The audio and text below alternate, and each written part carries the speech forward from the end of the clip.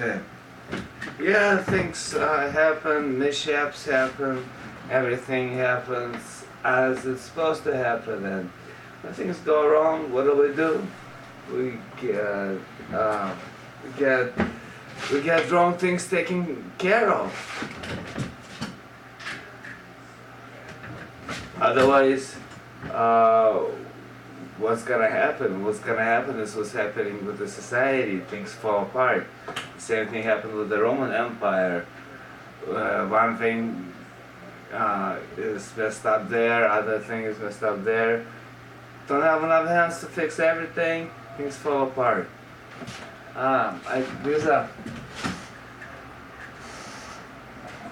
There is a even a law of physics that states that the disintegration is a part of reality. Trying to get this camera up and it doesn't want to stay up.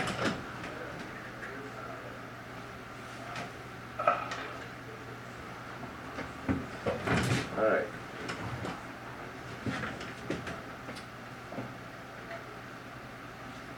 So, welcome to the River West Radio.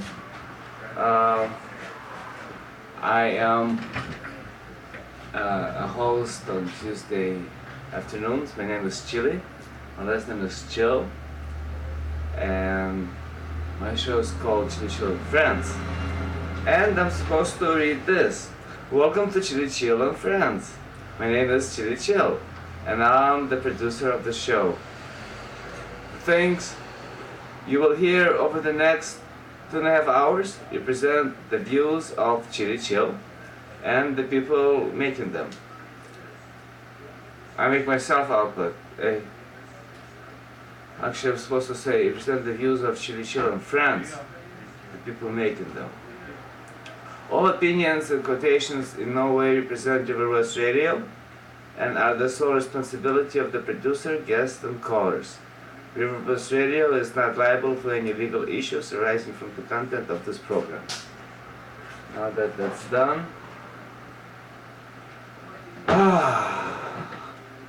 I can just breathe out and say,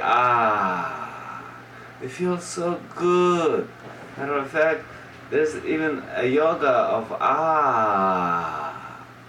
Inhale your lungs with a full breath.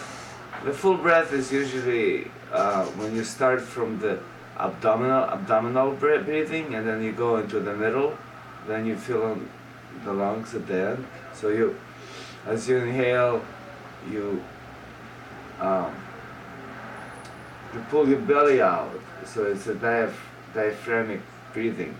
Pull the belly out as far as it goes, and then fill in the middle part between your belly and your chest, sort of what the diaphragm is. Fill that up to the max, and then as you finish up, you feel in the lungs all the way to the top, and that's called like a full breath because it holds more air in. And as you fill in the lungs, I think you might want to tuck in your belly a little bit, because this way it will free up more space for the air to go in. So first you gotta free the space in the bottom, then you gotta fill the space at the top. And as you breathe out, you just go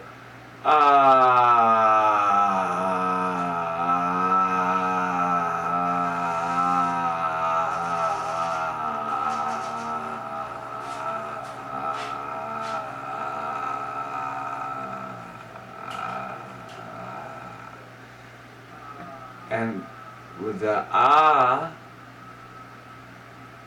breathe out all your tension, all your stress, all your aggression, all your desires, all your sufferings, all your illnesses. Just breathe out, let them go.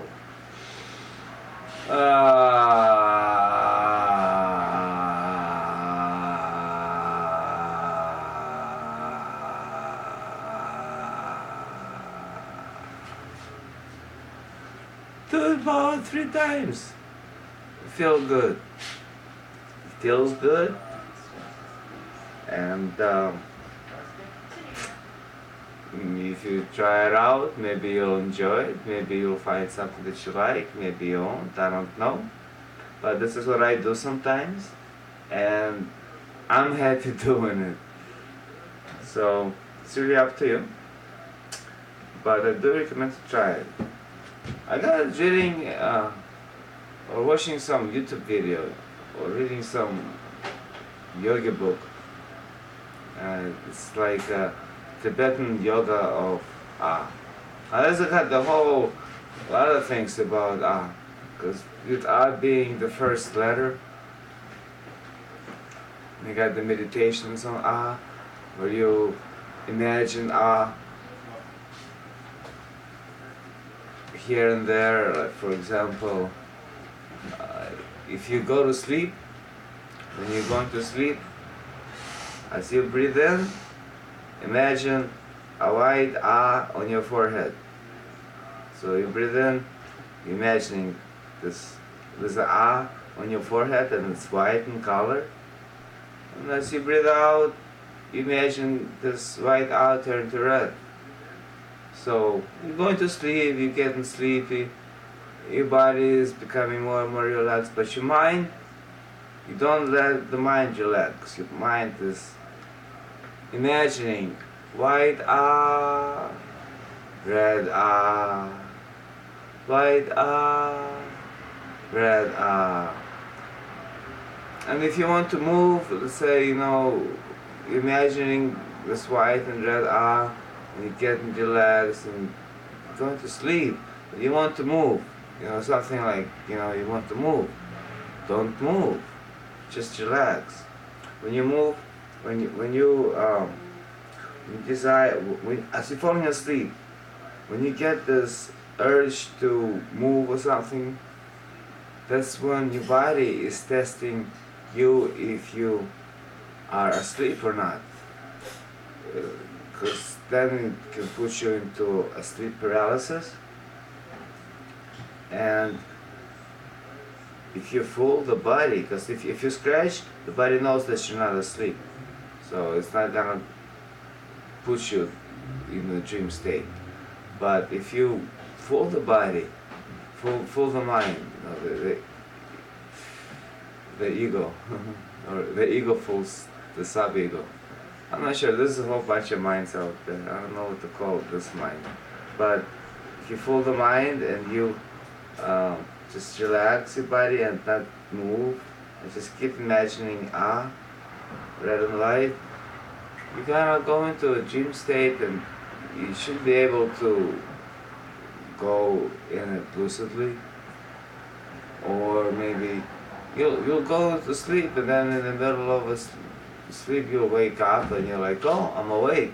It will still be asleep, you'll wake up in your dream and you're gonna have a lucid dream. Because your mind was active. Usually when you go to sleep, your mind as your body relaxes, your mind relaxes, and they both grow dull. But this way your mind keeps active. So when your body goes to sleep, your mind keeps awake. That enables you to have lucid dreams. So I was missing last week. Had a surgery to go through. My meniscus got tore up a month ago, so month and a half. Meniscus is this cartilage in the knee, because there's the upper bones and there's the lower bones of the leg, and between them they need something there so they don't rub against each other.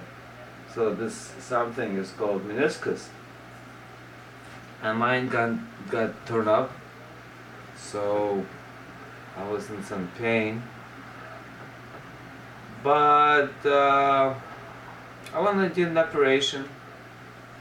They put 3 needles into my leg. One needle had an optic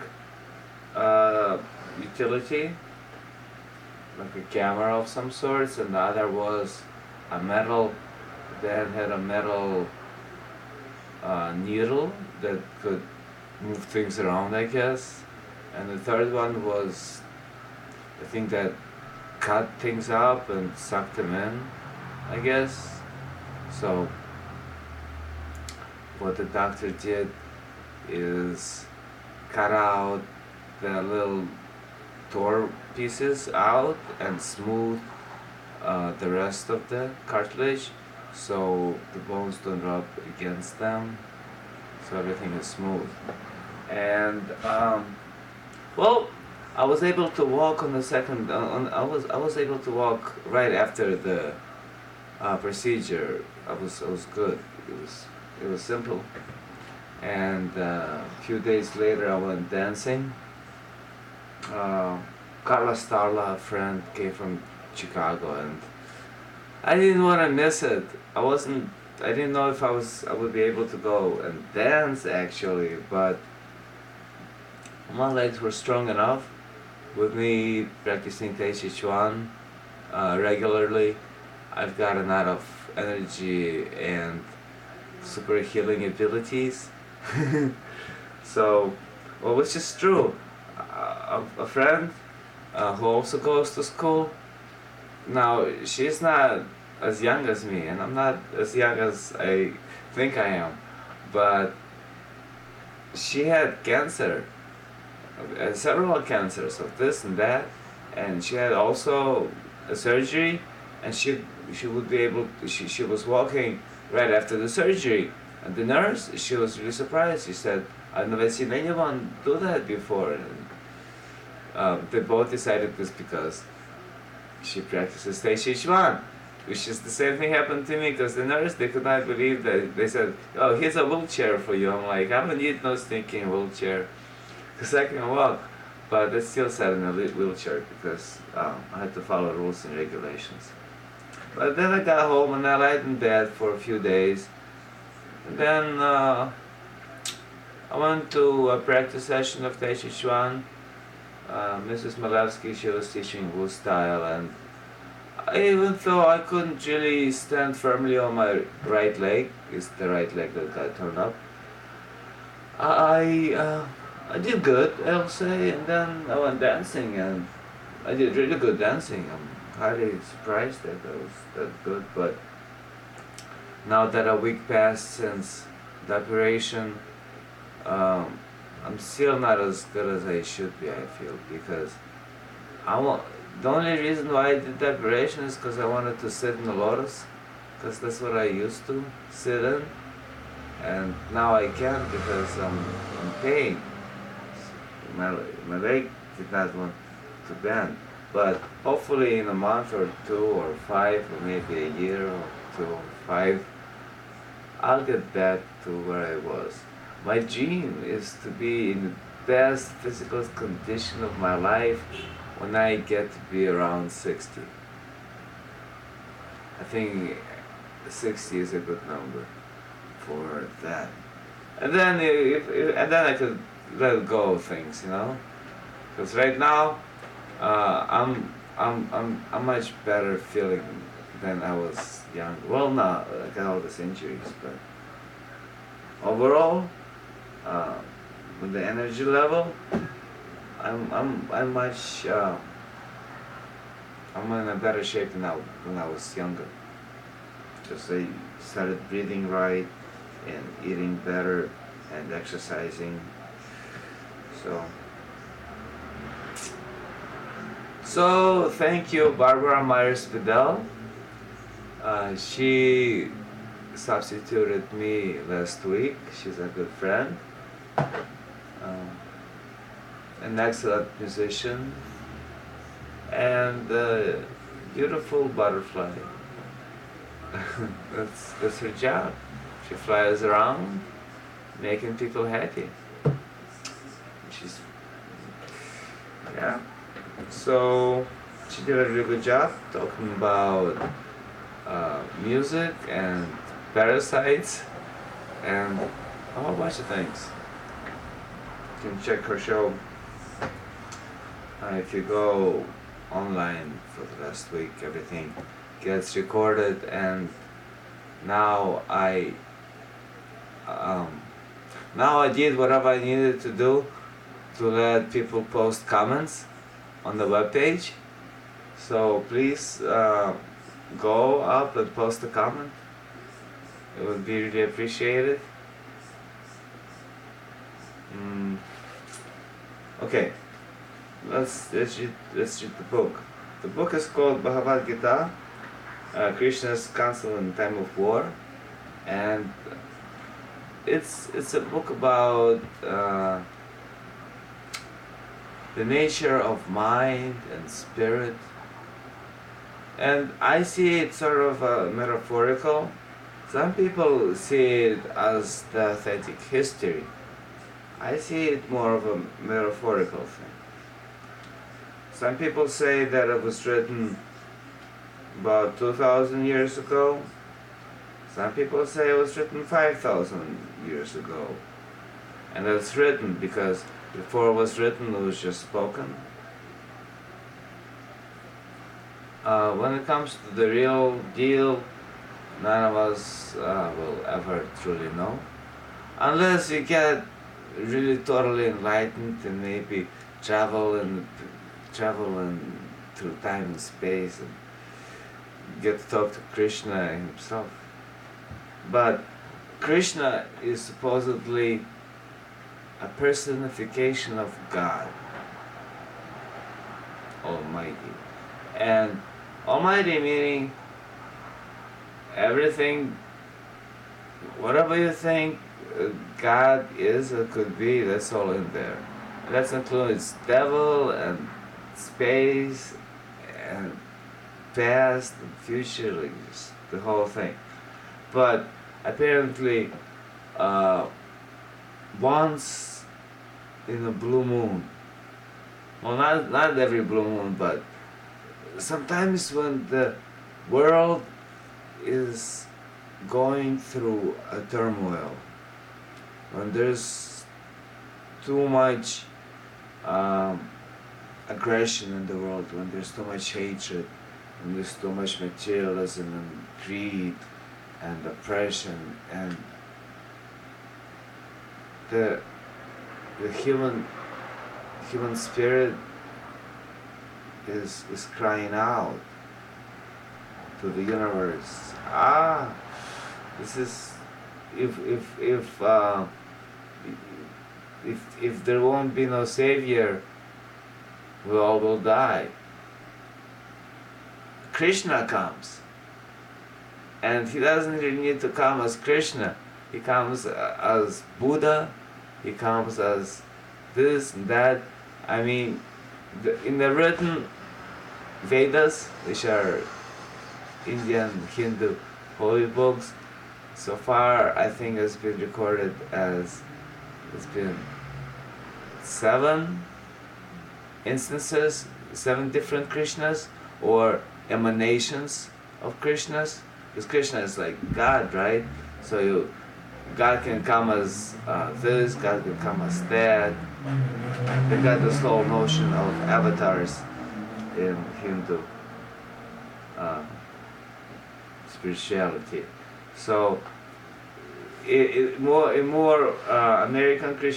American thought, for example, Jesus would be Krishna, because Jesus is like a Messiah, and this avatar is also like a Messiah. I mean, they're synonymous. So apparently 5,000 years ago or so, this kid Krishna was born to ordinary parents. I think Krishna was a blue kid. He had blue collar, and he was a super kid.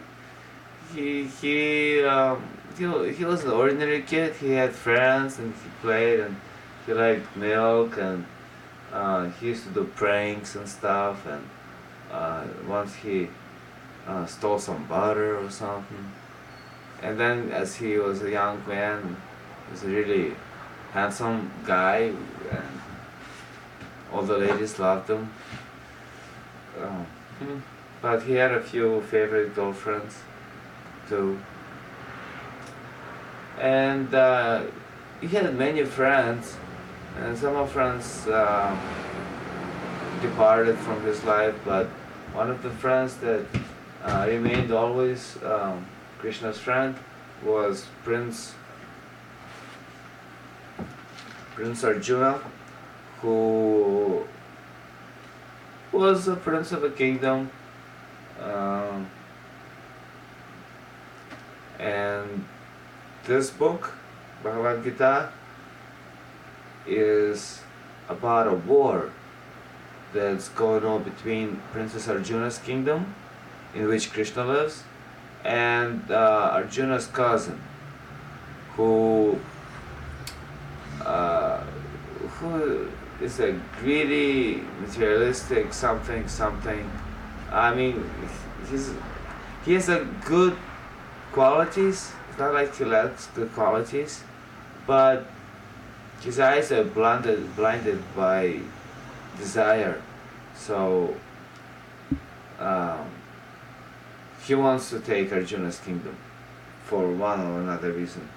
I'm not an expert in Hindu lore, so I don't really know all causes. Maybe I'll look it up one day and I'll say it out here.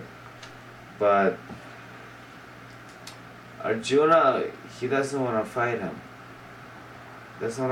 Because he looks at it, Arjuna is a really good guy, and he sees his cousin want to fight him, and he doesn't want to kill his kinfolk. He doesn't want anybody dead at all. He says, what's the purpose of this war?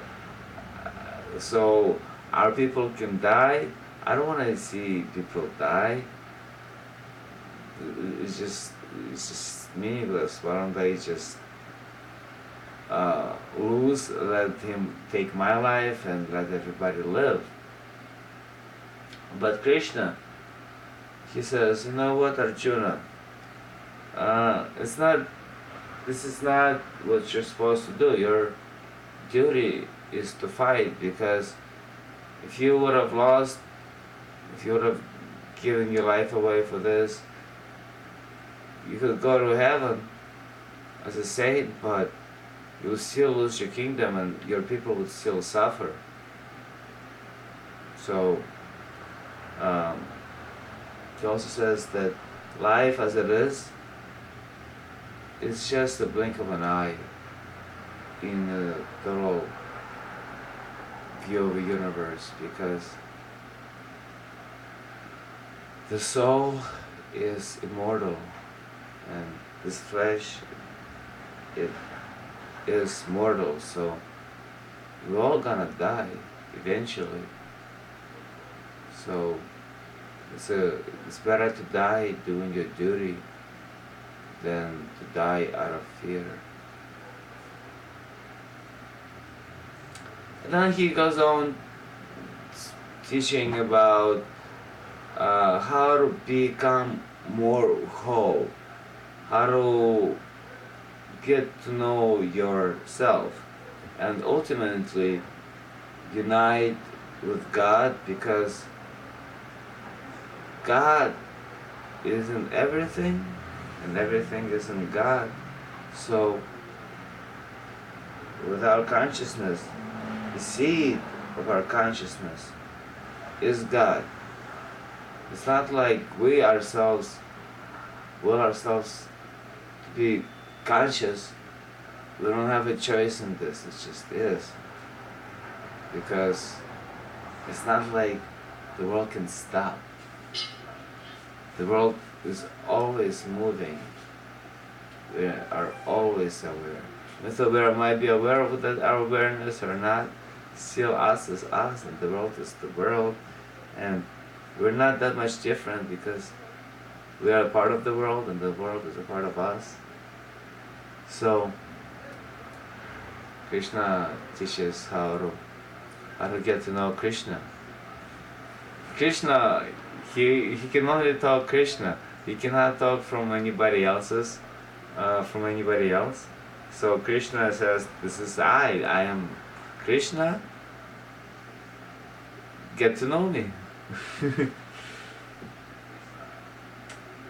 So this is a seventh teaching, knowledge and judgment.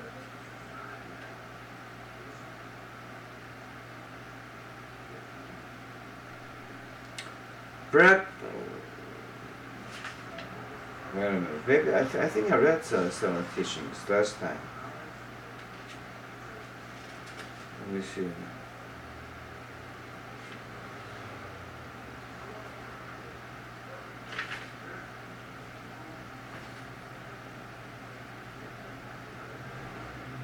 Well, it doesn't really matter.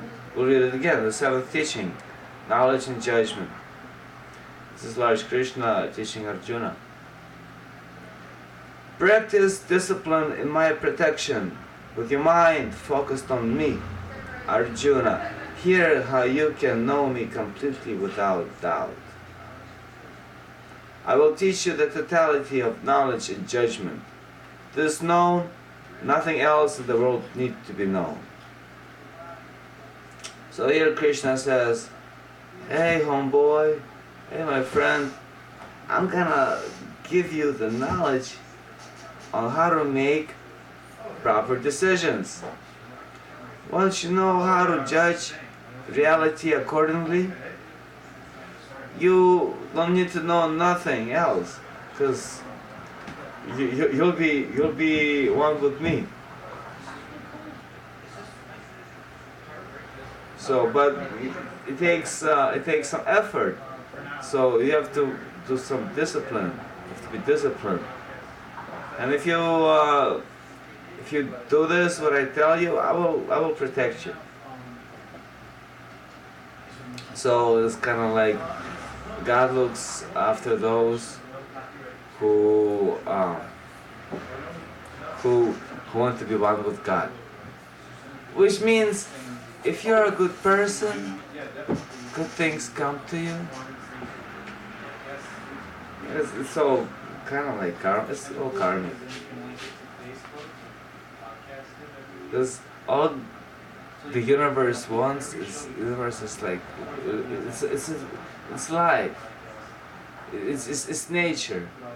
So it's good to go with nature and not against nature. This is why I'm bringing, hopefully, someday, we're gonna get the unity movement going. Instead of the Occupy movement, we're gonna unite. Alright, anyways. One man among thousands strives for success.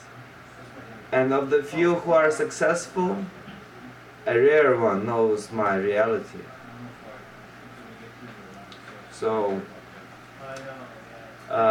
here Krishna says that most folks, look around, they don't really care much for spirituality. They only think they live in the world of materialism. They want to have good wives, good husbands, kids, nice houses with white picket fence, a nice car to drive, trip to go to Europe and stuff like that. Good food to eat. But few people actually want to know who they are and the divinity of life. And out of those few people, only rare, like it's only instant, it's very, very rare to find people who are actually successful. So it takes a gem of a man to turn his or her face towards God, and it takes a diamond to actually see God. Because it is possible. We live in a world of infinite possibilities. And no matter what they say, you can know God if you really want to. If you really want to know how things is, You want to know who you are, the essence of mind and spirit of the world. You can. Just gotta work at it.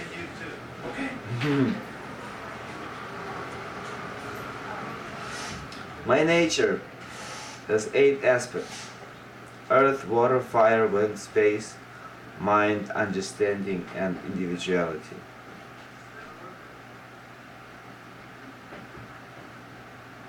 This is my lower nature. Know my higher nature too, the life force that sustains this universe. So, Krishna says that there's the lower part, and then there's the higher part of universe, of who we are, of God. And the lower part is the material world, which is earth, fire, water, wind, space. And then there is the subtle parts, which is the mind and understanding and our individuality. And they're real. Everybody can understand them, because it doesn't take a man of higher learning to understand individuality or how people have different understandings and everything is made out of elements. But there's also the higher nature, which is the life force or prana or chi, and this energy, this chi, life force, it's really hard to get a hold of. The Taoist saying is the mind controls the chi. So whatever you think about, that's where the chi goes. And it seems that this chi, the energy, it lacks individuality. It lacks it's just there for people to use. It does what it's supposed to do according to the nature of the laws of nature, but by itself, it's just there. It's just everywhere, and we can't really examine it because it's of the higher nature. We can examine the lower nature. We can see how prana affects things, but as I understand it, we can't really see prana. So, learn that this is the womb of all creatures. I am the source of all the universe. Just as I am, its dissolution. Nothing is higher than I am, Arjuna. All that exists is woven on me, like a web of pearls on thread.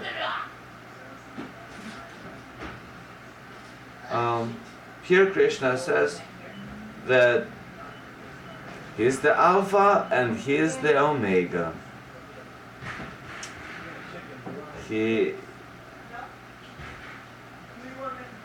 That this life force, this prana, is from what all life comes from. All creatures come from this source, and he is that source, and he is also the life energy taker. Because when it's time to die, it's time to die. It's time to move on. Energy, but energy, it doesn't usually die. It just moves on. So So there is no really life, there is no really death. It's just a circle,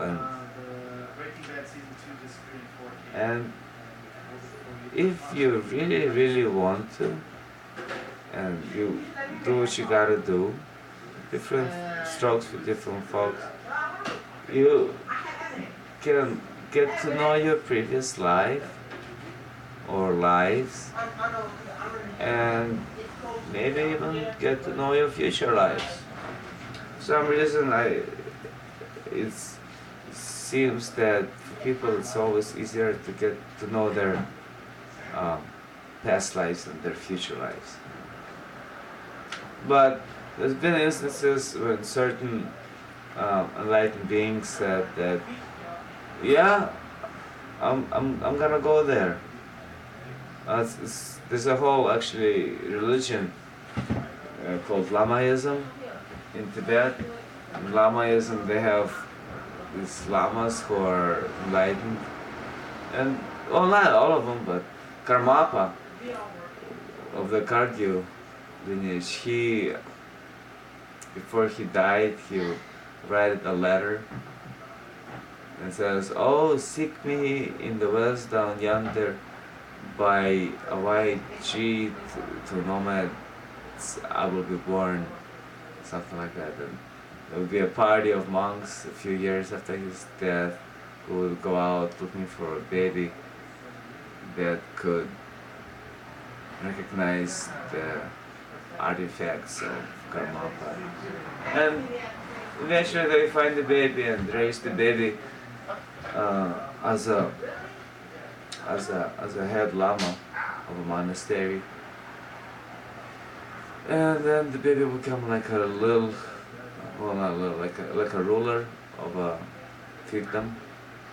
And the monasteries had some land and some farmers working on that land, and well, it was kind of a medieval system. When, except for in Europe, there were different lords and princes and dukes who owned a bunch of land and people. But in Tibet, it was monasteries. So here also, back to Krishna. Krishna says that he is the highest. The ultimate is the highest, the grand ultimate. He's the grand ultimate himself, and everything is a part of him. Like, everything's a part of him. And then he goes into explanation, such as, "I am the taste in water, Arjuna, the light in the moon and sun, Om, resonant in all sacred lore, the sound in space, veiler in man." So here he says that he's all of our senses. Whatever our senses are telling us, whatever we can perceive, we perceive Krishna, we perceive God. If you be quiet and listen to nothing, it's nothing. It has a sound. It sort of sounds like Om. And it says it's the sound of space. So he says he's even that. He's everything that is and everything that isn't, from which it all comes from. He's beyond duality of reality and fantasy. It's just Krishna, Krishna, Krishna. Hare Krishna. I am the pure fragrance in earth, the brilliance in fire, the life in all living creatures, the penance in ascetics. You're right. But surprisingly, he gives himself good qualities. So I'm curious, as to if God has everything, why do in books God is only given good qualities and not negative qualities? Because if everything is everything, everything is everything. I'd like to talk to somebody about that. But overall,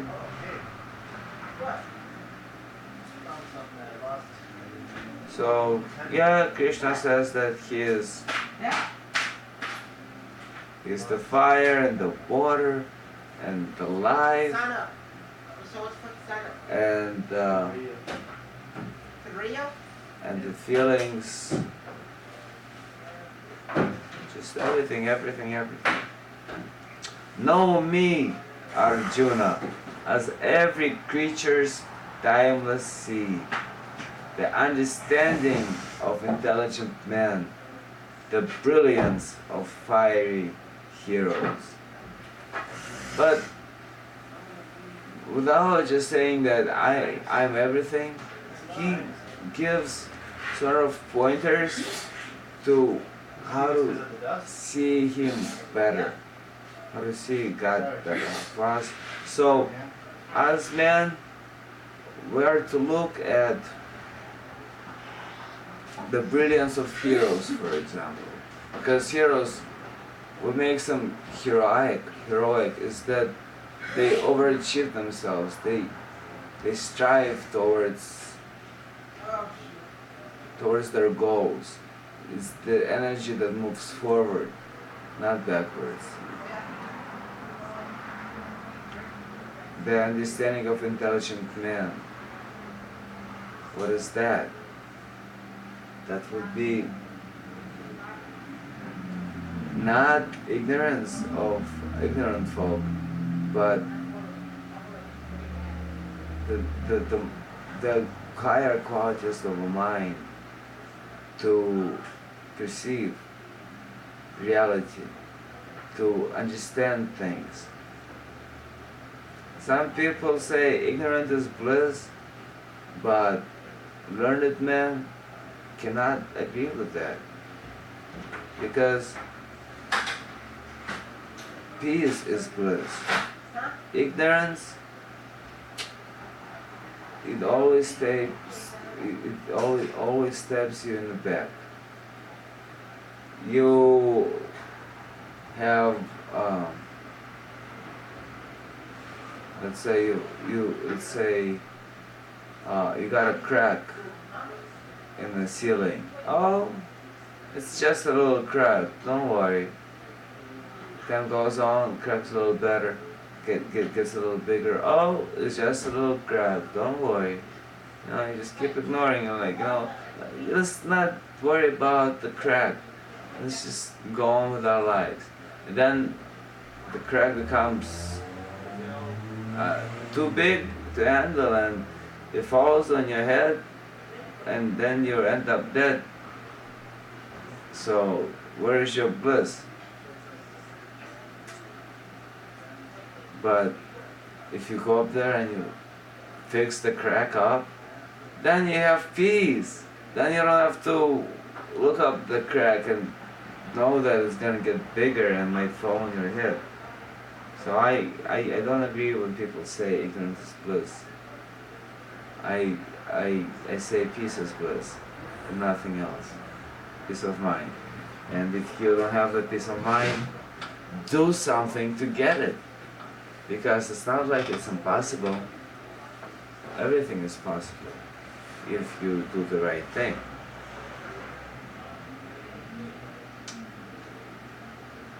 Of strong men, I am strength. Without the emotion of desire. In creatures, I am the desire that does not impede sacred duty.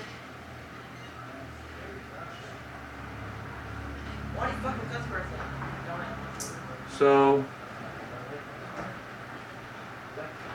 here Krishna talks about the higher aspects of who we are, Um, the desire, it is a driving force for us, for the world, because we do everything by desiring to do it first, whether consciously or unconsciously. Becomes a desire and comes the action. So right now I'm drinking tea. First I talk about desire, then I get the desire, then I get the thirsty mouth, then I get the awareness that my mouth is kind of dry. Then I get a thought that I should have some tea, and then I have desire to pick up the cup and drink it, and that's what I'm doing. And I'm drinking this tea to sustain my throat nice and moist, and so I can talk to you adequately.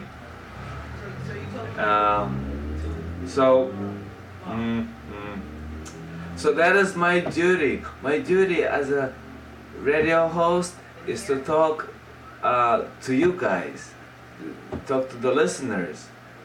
And if I want to do my duty, I want to do my duty right, because if I did my duty wrong, I could just leave and say, screw the duty.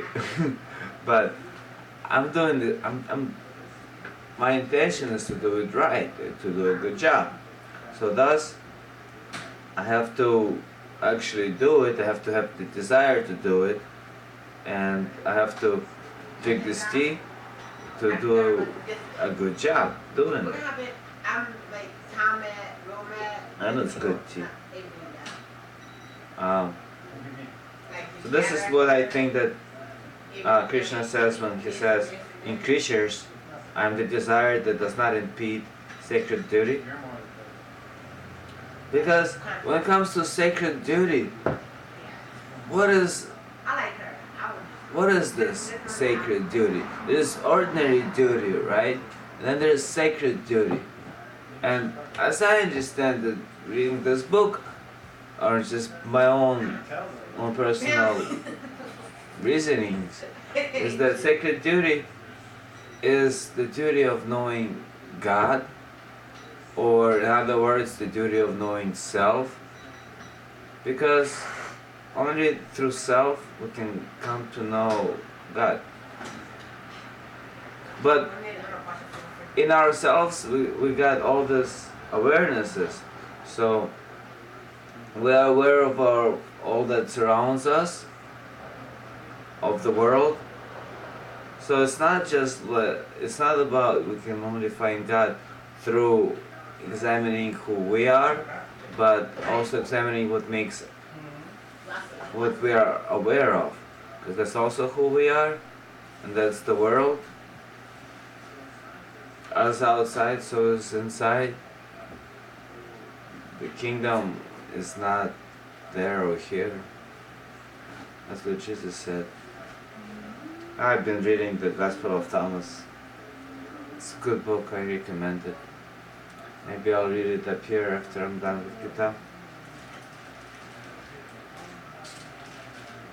Know that nature's qualities come from me: lucidity, passion, and dark inertia. I am not in them, they are in me.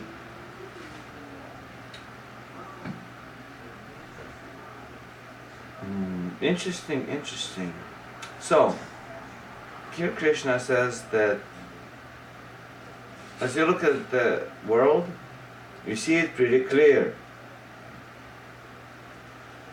And you have different desires, like thirst and hunger and sex and well, I don't know, I guess to be somebody, to get someplace, to raise kids. Desires. And I'm not sure what Krishna means when he says dark inertia. maybe it's the lustful and the aggressive and egoistic mind. I'm not exactly sure. It's appear in the translation. It says dark inertia, but what could it mean is beyond me. But what's important is that Krishna says that all of these all of these mind states, all of these things are of Krishna. They are in Krishna, but He is not in them. So He is not that. They are of Him, but He is not them. So whenever you feel love, you're not feeling Krishna. Because Krishna it's just a part of Krishna, but that's not Krishna. You can't find Krishna in love. You can't find Krishna anywhere. If you look for Krishna, you can't find Krishna. But if you meditate, he also gives how to find Krishna. That's through meditation. His meditation is just be there. Put your mind on mind, not on any aspect of mind, but put the mind on mind, and that's where it's gonna be. Very direct, very direct. And that's simple, nothing more simpler. Simple to say, hard to do. All this universe, deluded by the qualities inherent in nature, fails to know that I am beyond them and unchanging. You hungry? Hey. So here he says that all we can think about are just fragments of this big whole that is without boundaries, without limitations, and the world is changing, but this whole is unchanging and it's beyond form and space. And that unchanging thing, that's Krishna. Composed of nature's qualities, my divine magic is hard to escape. But those who seek refuge in me cross over this magic.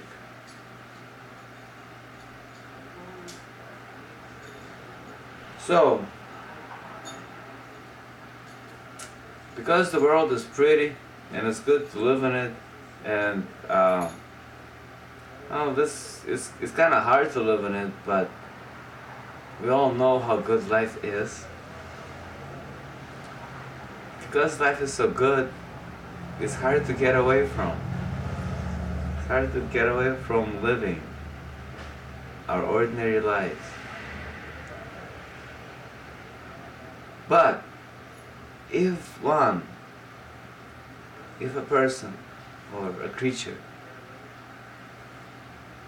wants to find God, then it is possible for them to let go of this life, to walk away from life,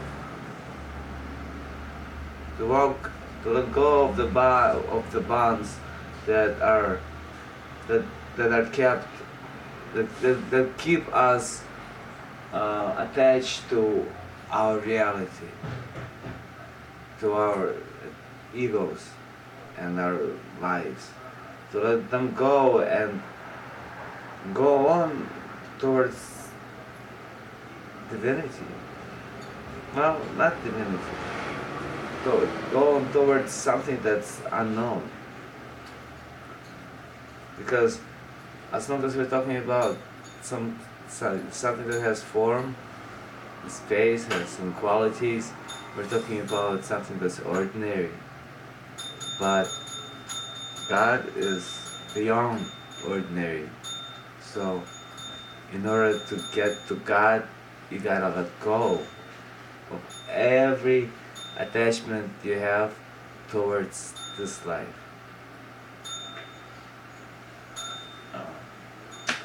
Vile, deluded sinners are the men who fail to take refuge in me. Their knowledge ruined by magic, they fall prey to demonic power. So, here Krishna, he says that people who choose to be materialistic, egoistic, they no good. They strive towards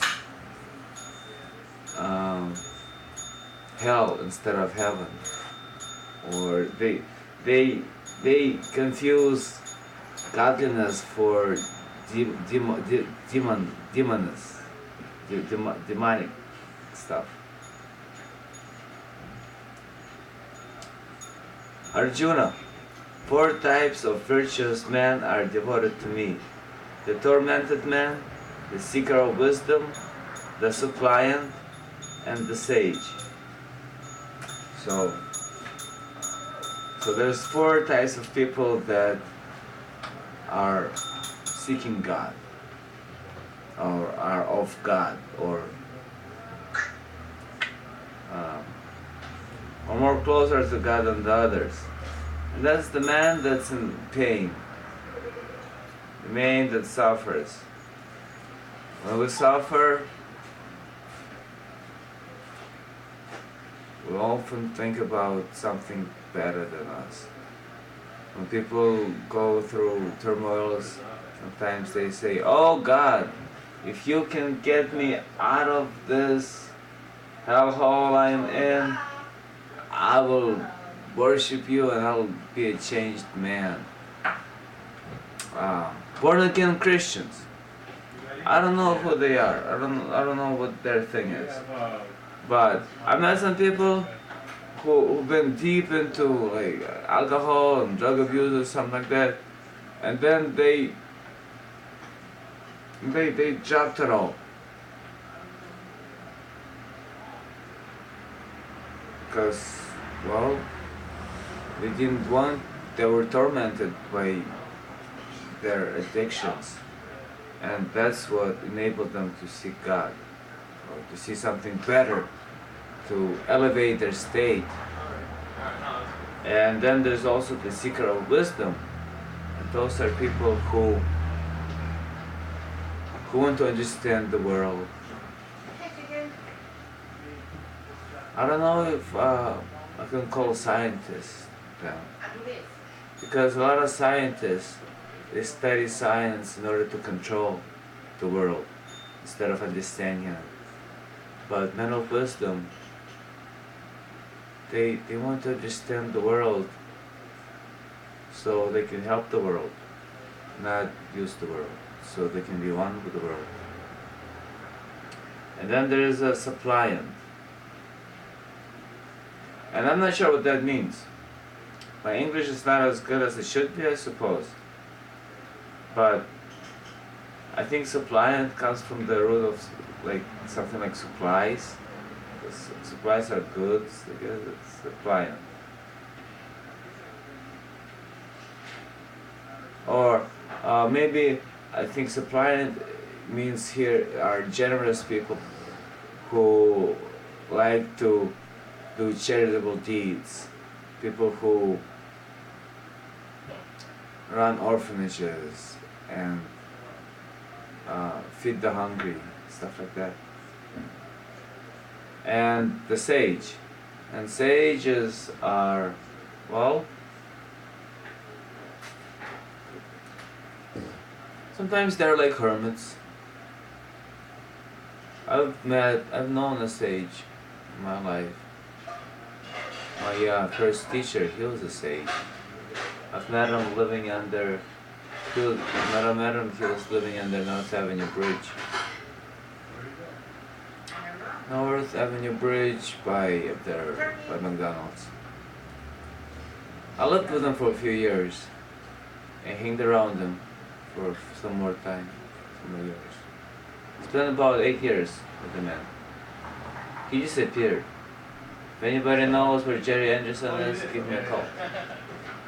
But he was a sage, and he was a man of God. He wasn't a nice guy. He was the nicest guy, but he had a big heart and a huge soul.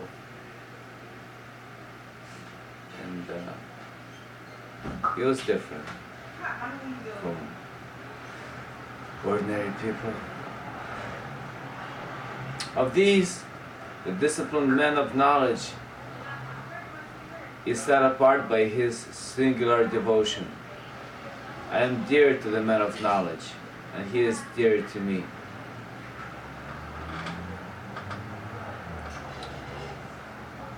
So, interesting. Here, Krishna does not say seeker of wisdom.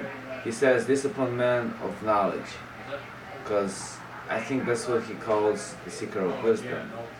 But still, it would make sense, because man of knowledge and seeker of wisdom are not exactly the same thing. But he says of these, so Krishna knows better. Yeah.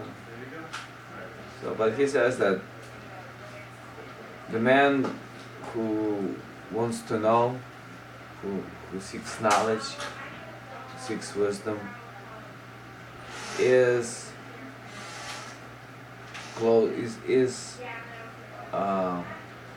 they're all dear to God, but he is more dear one. I guess to him knowledge flows more easily, in more ordinary terms, you would say.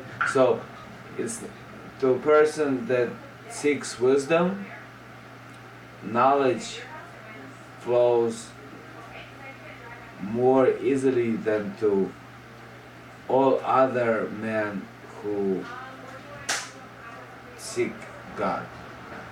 And knowledge, meaning the knowledge of things as they are, knowledge of the Tao, knowledge of nature, knowledge of God.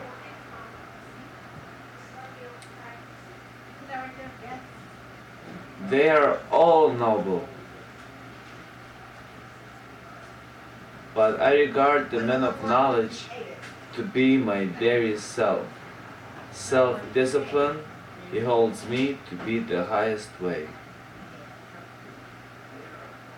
At the end of many births, the man of knowledge finds refuge in me. He is the rare, great spirit who sees. Krishna is all that is. So, here Krishna says that men of knowledge, because they seek knowledge, they actually get the knowledge. And the knowledge is the knowledge of Krishna, because all there is nothing but Krishna. It's like Krishna, everything is Krishna, or everything is God. The person that seeks God gets God eventually. And because God is everything, then one loses this bond of ego, that the ego's bond that we hold ourselves, and then we melt into the universe that we become one with the world, one with God. And then all that is left of us is our good name that people talk of.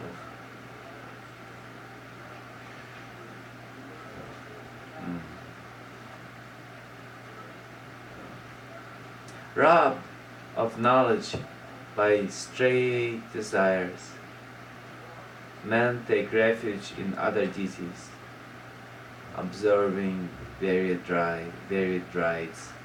They are limited by their own nature. I grant unwavering faith to any devoted man who wants to worship any form with faith. So here, Krishna, he says that because people, they don't have this knowledge of Krishna, knowledge of God, knowledge of the Tao, knowledge of the way things are, knowledge of reality. Because people don't know it. They have their little desires, they have their wants, and so they look up to different forces of nature.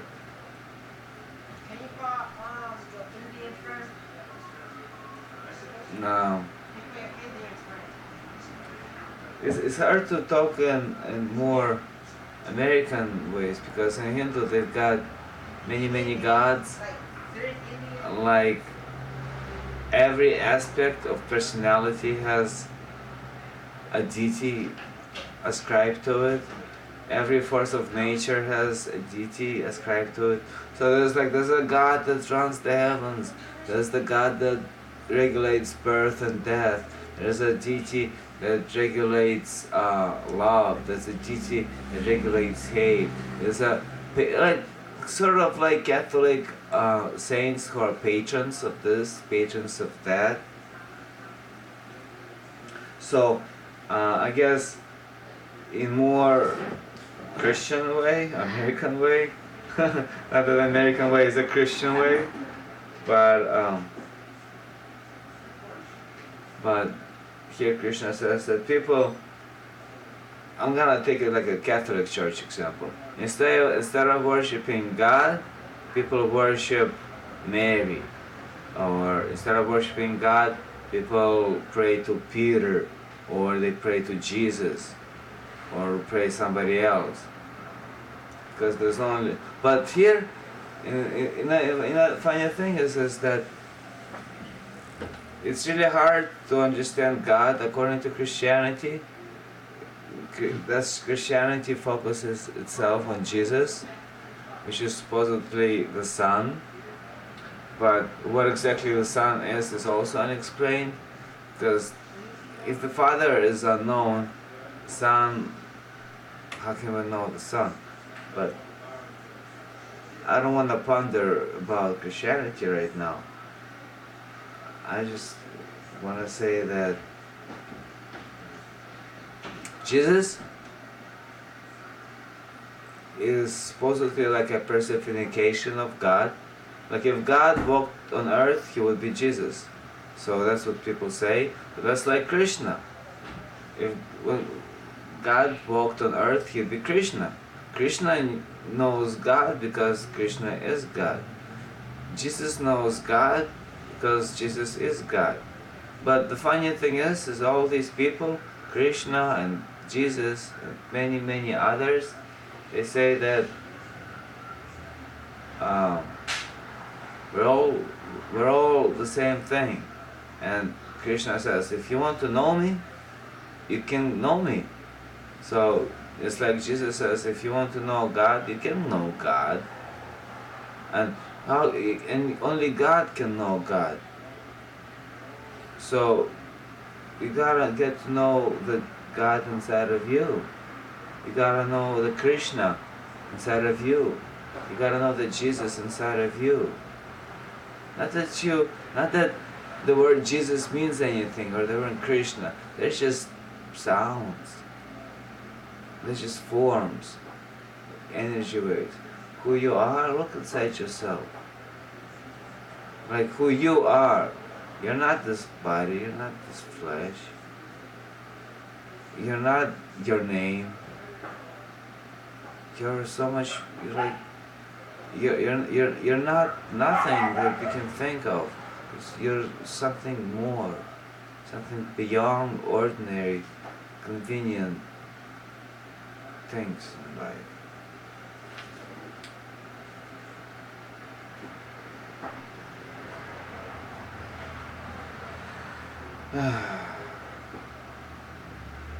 Onward. wrapped. Yeah. Oh yeah. So he also says that to people who want to worship, who want to pray, who want to learn about different deities, different, like, if you want this, I'm a guy, like, you want this guy or girl to fall in love with you, right? You can do some, you can pray to goddess Aphrodite. You can make some flowers, go in the field and make some flowers, and you uh, sing some song, old song, like Aphrodite's song, or you can create your own song, or you can even invent your own god of love, and you can do certain rituals um, in order to get this god of love to smile upon you. It's all about the notion of faith. Krishna says that if you have faith, uh, that the faith is a very strong thing, and Krishna he lets you. He's not against the faith. He smiles with the faith.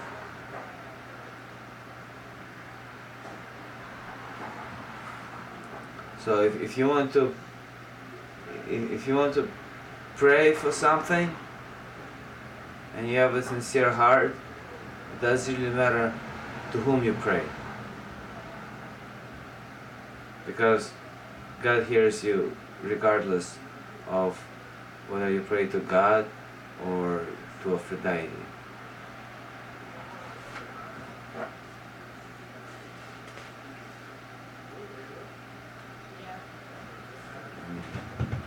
Disciplined by that faith, he seeks the deity's favor. This secured, he gains desires that I myself grant. So here he says that, yeah, if you let's say pray to Aphrodite for love with a sincere heart, and you really pray and pray and pray, because all the deities are everything, all of us, it's just one God. God is only one. It's only unity of the universe. The universe hears you and gives you what you want. So it doesn't matter if you, whatever you do, just the universe is good. It's compassionate. It loves. But finite is the reward that comes to men of little wit.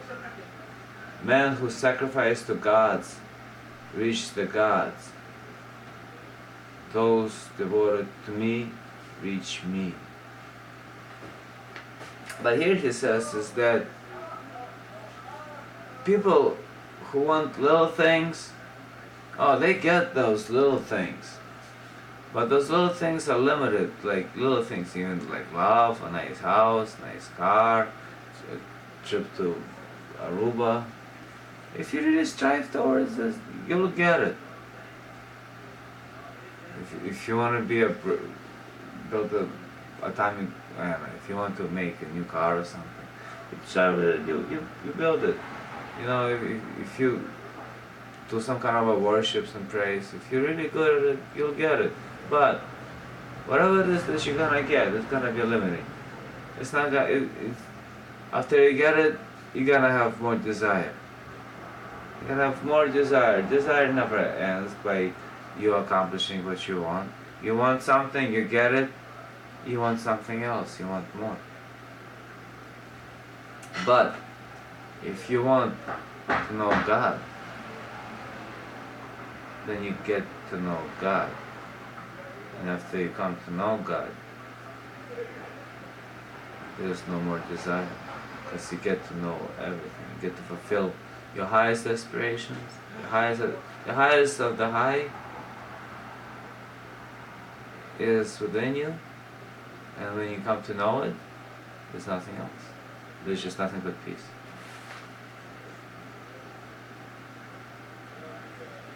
Men, without understanding, think that I am unmanifest nature, become manifest.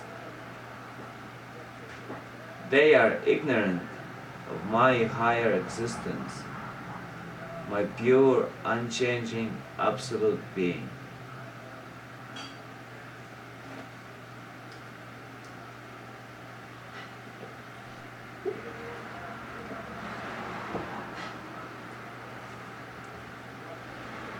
So here Krishna says that people, they think that God is a possibility coming into reality. So each moment is a possible moment, there's infinite possibilities, and each moment is what is, and that which is God. But God is not just that, Krishna says. Because that is the lower nature of God. I talked about it in the beginning. It says lower is the form and stuff like that. But the unchanging absolute being is the higher nature of God, which is indescribable in words.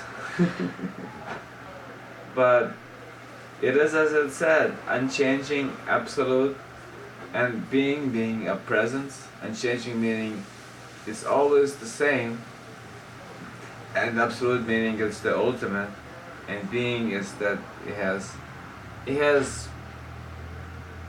life in it. It's life. But according to Buddhism, I think we can call it shunyata, which is emptiness. Emptiness.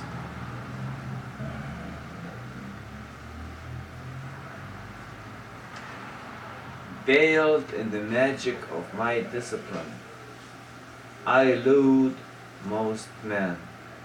This deluded world is not aware that I am unborn and immutable.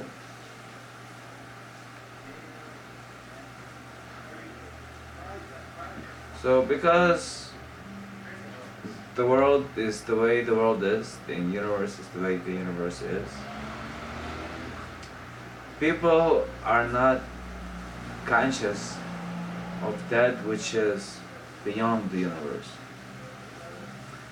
The universe is change. Everything around us morphs from one state to another. Change, exchange, interchange. But that which is beyond change is hard to see when there's so much change. The world, people of the world, they study the world. But in the world, to study God, one needs to go within. Can't study the God looking at the world. So there is God in every particle, right? There's emptiness in everything. It's a non-dual reality, but we only see one side of this non-duality. We skip the other. I know all creatures that have been, that now exist, and that are yet to be. But Arjuna, no one knows me. All creatures are bewildered by birth, at birth by the delusion of opposing dualities that arise from desire and hatred. But when they cease from evil and act with virtue, they devote themselves to me, firm in their vows, free from the delusion of duality. So here he says that people and beings and creatures were born with likes and dislikes. Oh, I like pleasure. Oh, I don't like pain.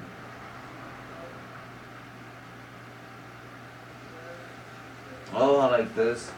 I don't like that. And that's because of these dualities, dualistic thinking. People act all people act foolishly all the time.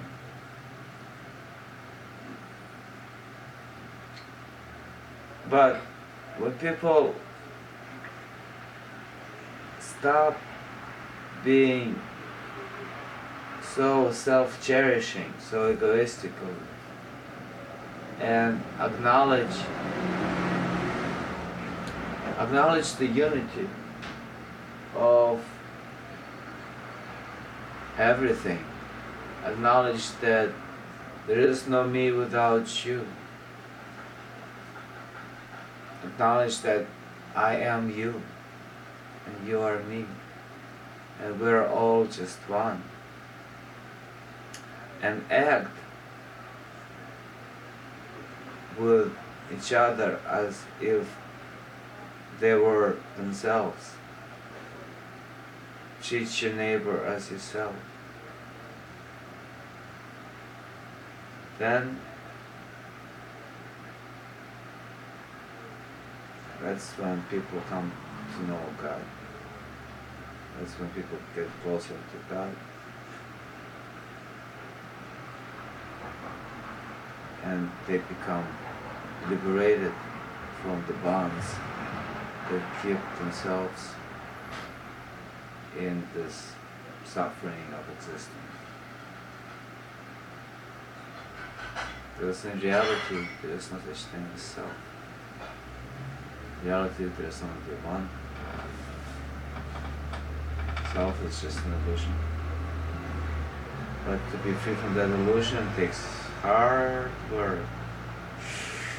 Hard work. Which is very easy. It's work of no work.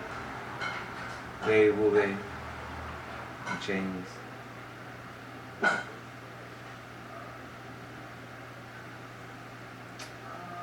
Trusting me, men strive for freedom from old age and death. They know the infinite spirit, its inner self and all its action. Men who know me as its inner being, inner divinity, and inner sacrifice have disciplined their reason. They know me at the time of death. So, knowing of God, knowing part of God, knowing how things are, men strive towards this big mind without limits of I and you. And when they die, they don't die, but live forever. Thus ends the 7th chapter of Bhagavad Gita. And we're gonna move to the 8th chapter. It's 5 o'clock.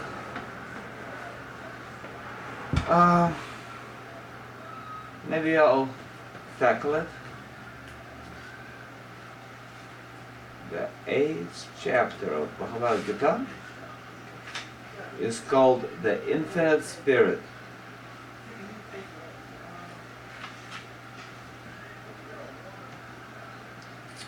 It starts with Arjuna asking, what is the Infinite Spirit, Krishna? What is its inner self, its action? What is its inner being called? What is its inner divinity? Who is within sacrifice, Krishna? How is he here in the body? And how are men of self-control to know you at the time of death?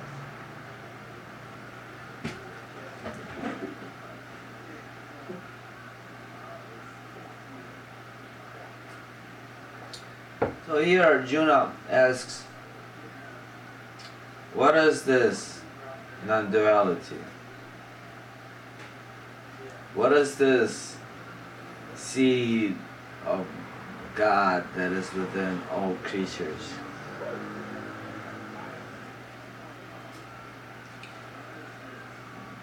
How does this infinite spirit resides in all of us?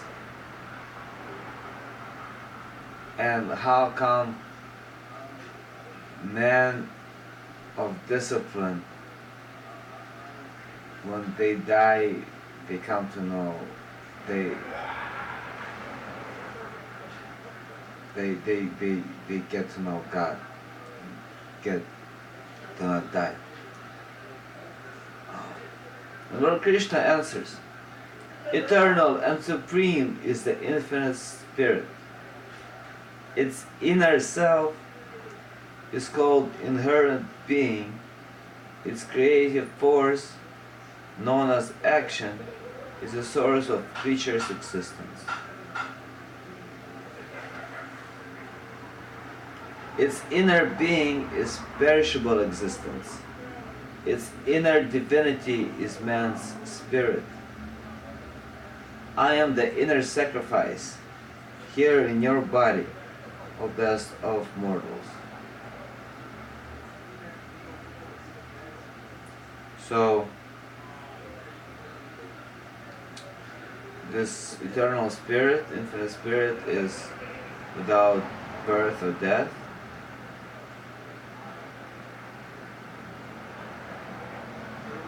And it's like God. God is beyond birth and death. And the essence of God is called just a being, inherent being, which would be just alive. Like if there's something is, then it's is, and the isness of isness is. Yeah. The isness of isness is.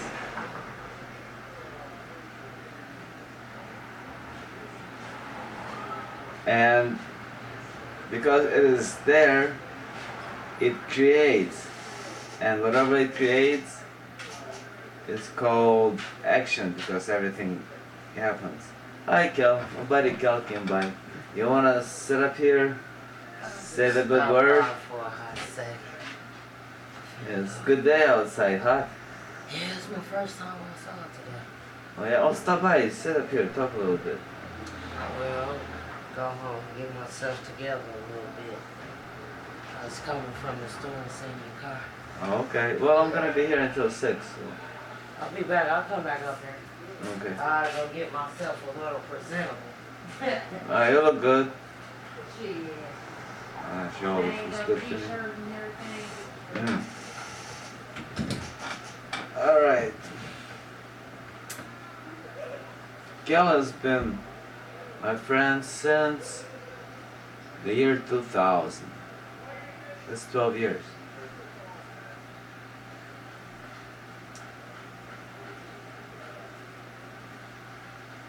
So,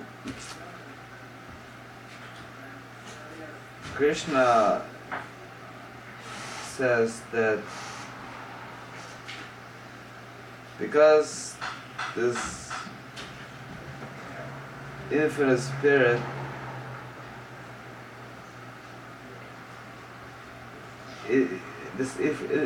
says that this infinite spirit is the source of everything. Everything comes from it.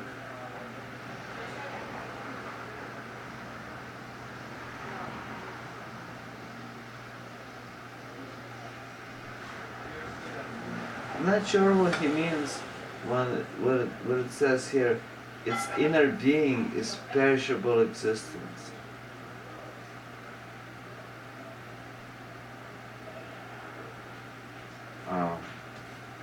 I think that it means that just like all life comes out of God, all death comes out of God as well. And the inner divinity of this infinite spirit is a man's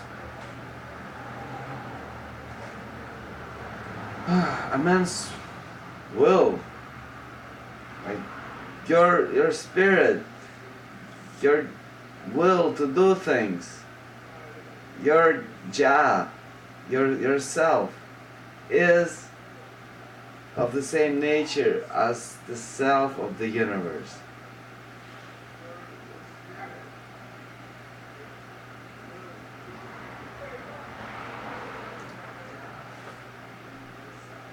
And because the universe, the God,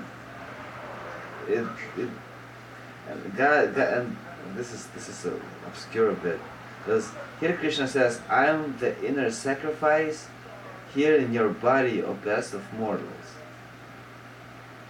It's hard to decipher, but I think that what it means is that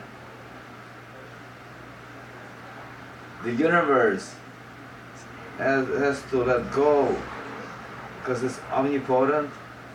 It's like everything. God is everything, everything, everything.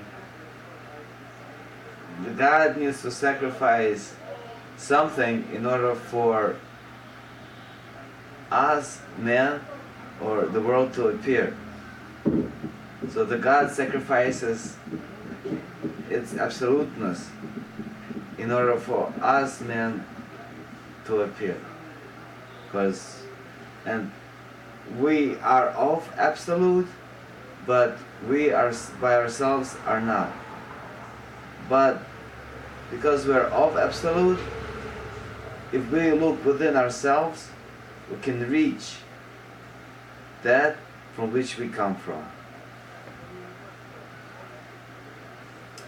A man who dies remembering me at the time of death enters my being when he is freed from his body. Of this there is no doubt. So when people die, and when they die at the time of their death, they think about the absoluteness of reality. They think about the non-duality of us and the world. People think about unity and of the universe. Then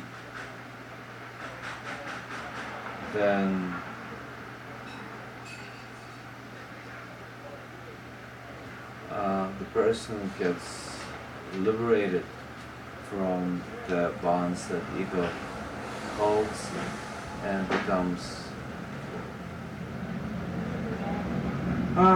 becomes whatever becomes, I don't know, a Buddha. Becomes liberated, enters nirvana, becomes one with God.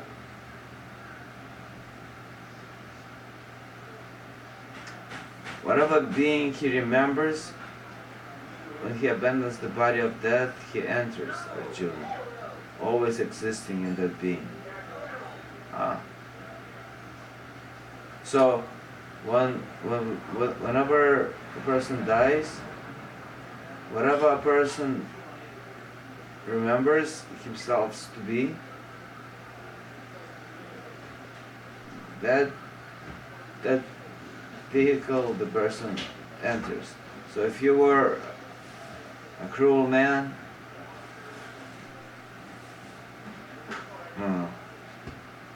Doesn't make sense. Whatever being he remembers when he abandons the body at death, he enters. Well, I guess he said, Krishna says that if a person remembers himself to be a human, he becomes a human, and if a being remembers himself to be a monkey, first becomes a monkey, or first becomes a pigeon, becomes a pigeon. So it's like that. But therefore, at all times remember me and fight. Mind and understand fixed on me, free from doubt, you will come to me. Therefore, at all times remember me and fight. Mind and understanding fixed on me, free from doubt, you will come to me. So I guess whenever you die, if you think about God, you come to God. Discipline through practice, his reason never strain. Meditating, one reaches the supreme divine spirit of man.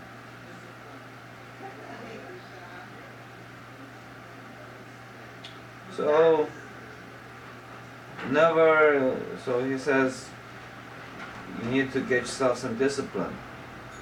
If you want to come get to know me, you have to have a good mind, disciplined mind. And if you examine your mind, a lot of our minds are not very disciplined. I don't know that many people who have a really good disciplined mind. But a mind always flies around. It's called the monkey mind. It thinks about things, and then thinks some more about other things, and it keeps on thinking about things, but it's never still, it's never calm.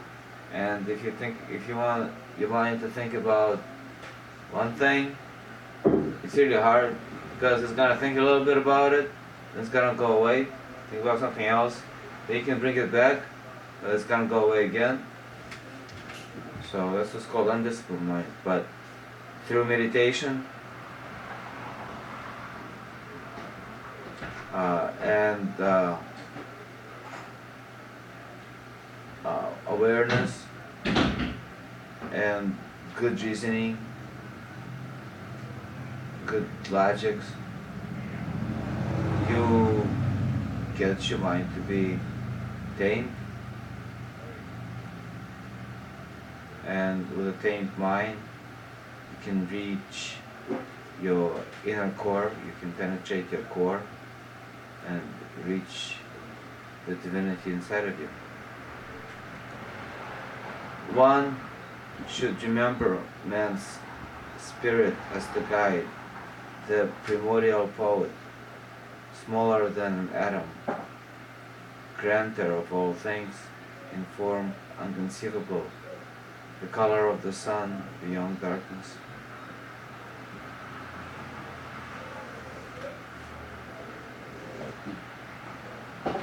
So, if we want to get to know divinity, we should keep our spirit as our guides. So we should be really aware of who we are and how we feel, and listen to ourselves. That takes self-love. We should get to know who we are, because really, between you and me, I myself is all I know. Whatever it is that you think comes out of you. It is your own personal interpretation. Other people might have had some influence in this, but it's still up to you. It's still your view of life. So your perception, it's not anybody else's. At the time of death, with the mind immovable, armed with devotion and strength of discipline, focusing vital breath between the brows, one attains the supreme divine spirit of man. So here he gives out a technique on how to get to know God when you die,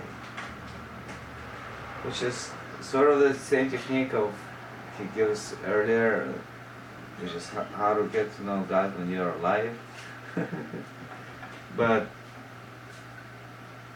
he says, when you are about to die,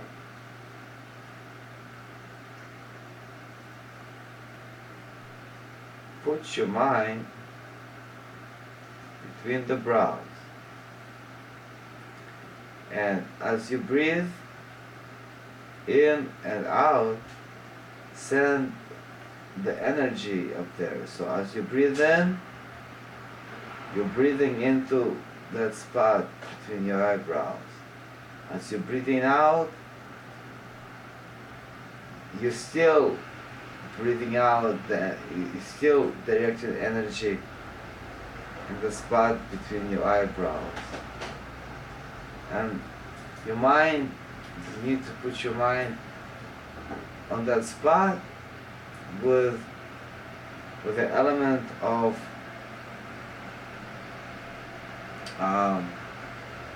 devotion, or more like you put there with love or knowledge. It's like love and knowledge. Not love plus knowledge equals devotion. I think that's how.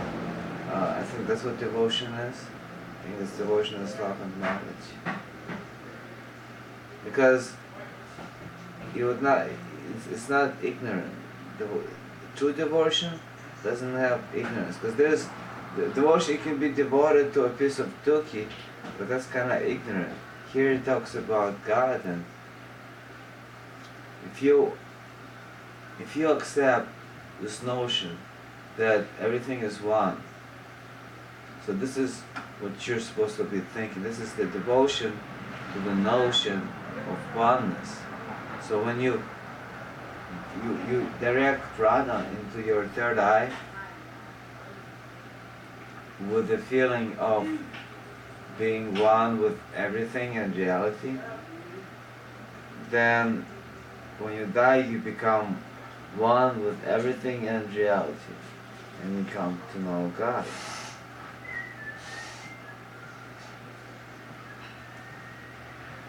Hey Daddy. Hey. So my buddy Daddy came by. Wanna get on the mic, say a few words? Oh, yeah. Hold up a second, let me see if it's on. Alright, have a seat. Come a little closer. Scoop a little closer. You wanna talk about something? Yeah. What? When I was in the woods. Talk about left. Left, not, okay, move, right here. Alright. When did you go to the woods? Last weekend. With who? My friend Cameron. Okay, didn't you go to the woods again before that? Yep. Okay. So, did you go with him and his dad? Yep. And who else went there? And this time, my friend Cameron, his dad, and his cousin. How old were they? His dad, I don't know how old his dad. Maybe his cousins. His cousin, he's 12. Okay. So, what happened? We was by the river, and then we saw ducks with other baby ducks. So baby ducks? Yep. Were they cute? Yep. Well, that's nice. That's nice. What did you guys eat? We ate marshmallows and wieners. Ah, were they good? Yep. Better than home cooked meals? No. No, you like home cooked better than fire cooked? Yeah. Okay. What else? We ate oranges and pears, and we washed them off in the water. We washed them off in a water river. But Right. I didn't eat it. I only ate oranges. Uh-huh. How come Sleepy walked by and he says that you're a liar? Because I told him my bike got stolen, and then I said, no, I didn't. No, I didn't. And I told him, he thought I was lying. Really? Yep, My bike did get stolen, didn't it? yep, Where at? in the woods.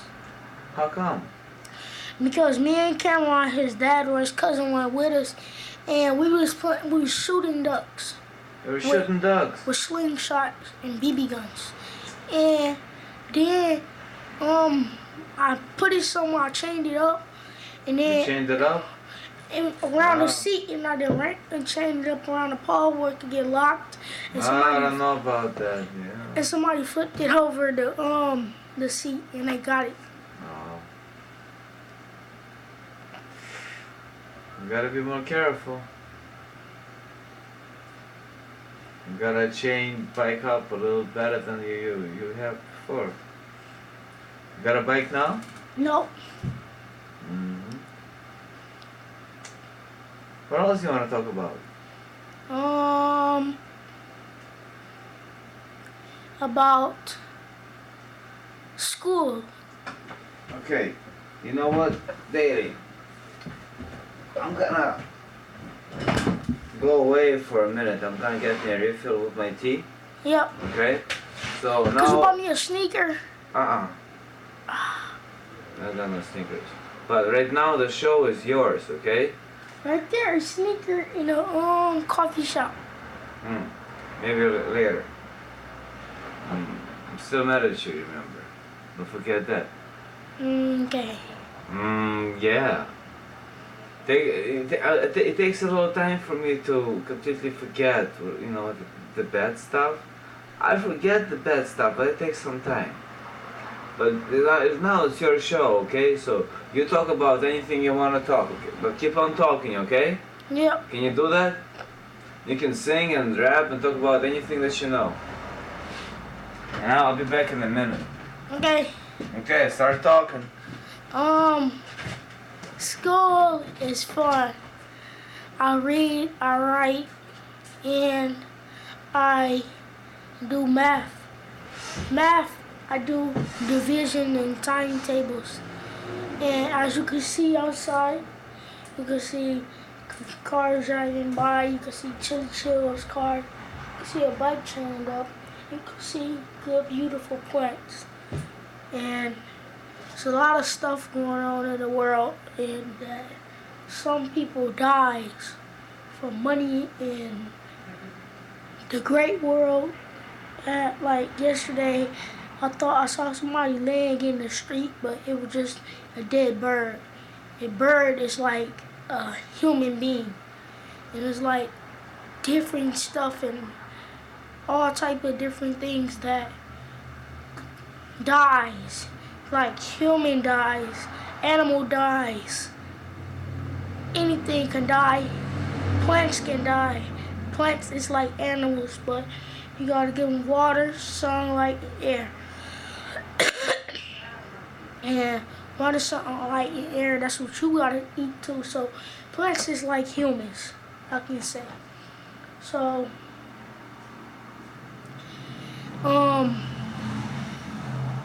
so good plants, they need water, air, and sunlight to grow. And I learned this in school in science because we did a science project. We put water in we started with seeds and dirt. Then we put water and set it in the sunlight and let Elmo, it you grow. wanna join us? And it grew. 야, 미연이가 TV야. And it was a tall plant. It grew about, as you can look outside, it grew Hey. a little shorter, like the baby plants under the tall one. Uh-huh. And one time we wet a paper napkin, we put a seed in there and tied it up, and we opened it back up. It was like sprouting. It was shedding and sprouting. We didn't have to use no dirt. It was just a wet paper towel and little white seed, and it was sprouting. You like that? Yep. Yeah? There's a live in a little tiny seed, a big tree with huge tree. It's a And lot all of in a little different. seed. It's a lot of different kinds of seeds. Oh yeah.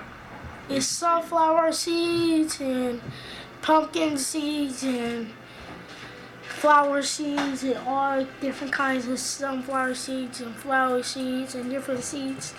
Like it helped cactus grow. Cactus, it waters itself. And in the desert, it's real hot, so it don't get any air. It waters itself and cools itself off. How does the cactus water itself? Cause if you in a desert, you could open a cactus and water. That's where you get water from. So when you open a cactus, it's watering itself. That's when you get your water from. I heard cactus, you got those needles, you know, like the Yeah. needles outside, and those needles, they collect the moisture, the water from the air. Because right now in the air, they have little tiny, invincible almost particles that are water. Needles, they got really little needles, and it's a needle like this long, and it's in a cactus. It's right there in the other window. It's up Okay. right there. Yeah. I got me a few cactuses. How big is Nice. they? A I have normal little size. ones, not as big as those. I have a few little ones. I bought them because they don't need much maintenance. When people get trees, you gotta take care of a tree, water it every day or every few days. But cactus, you don't need It to waters water it. itself Well, you need to water it still sometimes. a little It just time. it holds a lot of water inside. It doesn't need much water. So you can open it, and then that's where you get your water from. I don't need. I can open up the sink and get the water from this. But still, if your water bill and you don't pay it right enough, you can get it out the cactus. Maybe. If I'm really desperate. But So when do you think you're gonna open your lemon? When do you think you're gonna open your lemon? lemon, I'm not gonna open it. I'm gonna eat it as it is. Wow. Yeah. Well, you should try some. It's really delicious. Can I try?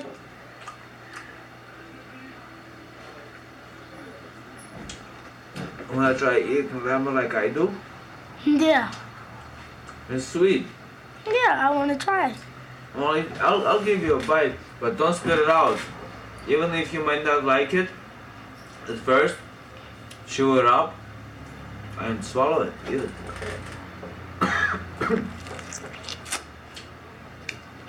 Don't make a mess. Good, right? Really good, isn't it? At first it's a little different because we're not used to it. It's really tangy.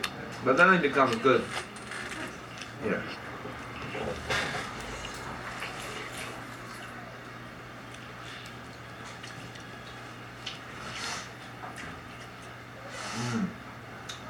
I'm eating a lemon with like it's an apple. And Daddy, if you want to try it. So what are your impressions? What is impressions? Impressions is like What do you think about it? I think about eating another lemon. You wanna eat the whole lemon? Yeah. They very good. Very, very healthy. It's the healthiest food on earth. I thought tomatoes was. No, lemons are much healthier than tomatoes. Much, much healthier. Can I get my napkin back?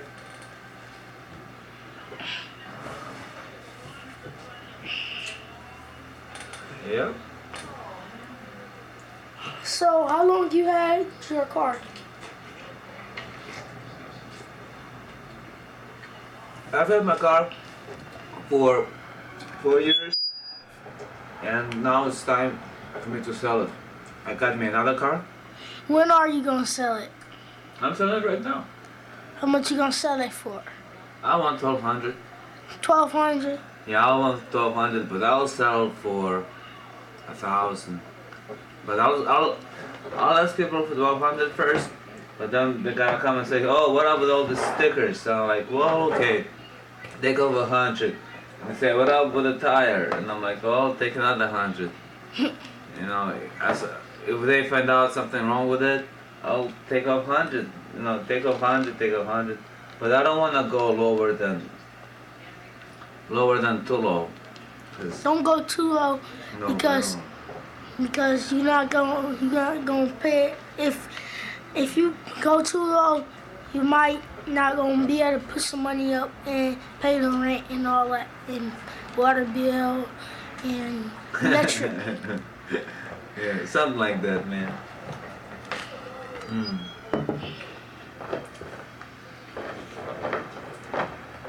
What your brother? Dion, You got any more brothers? I got millions of brothers. Yeah, like who?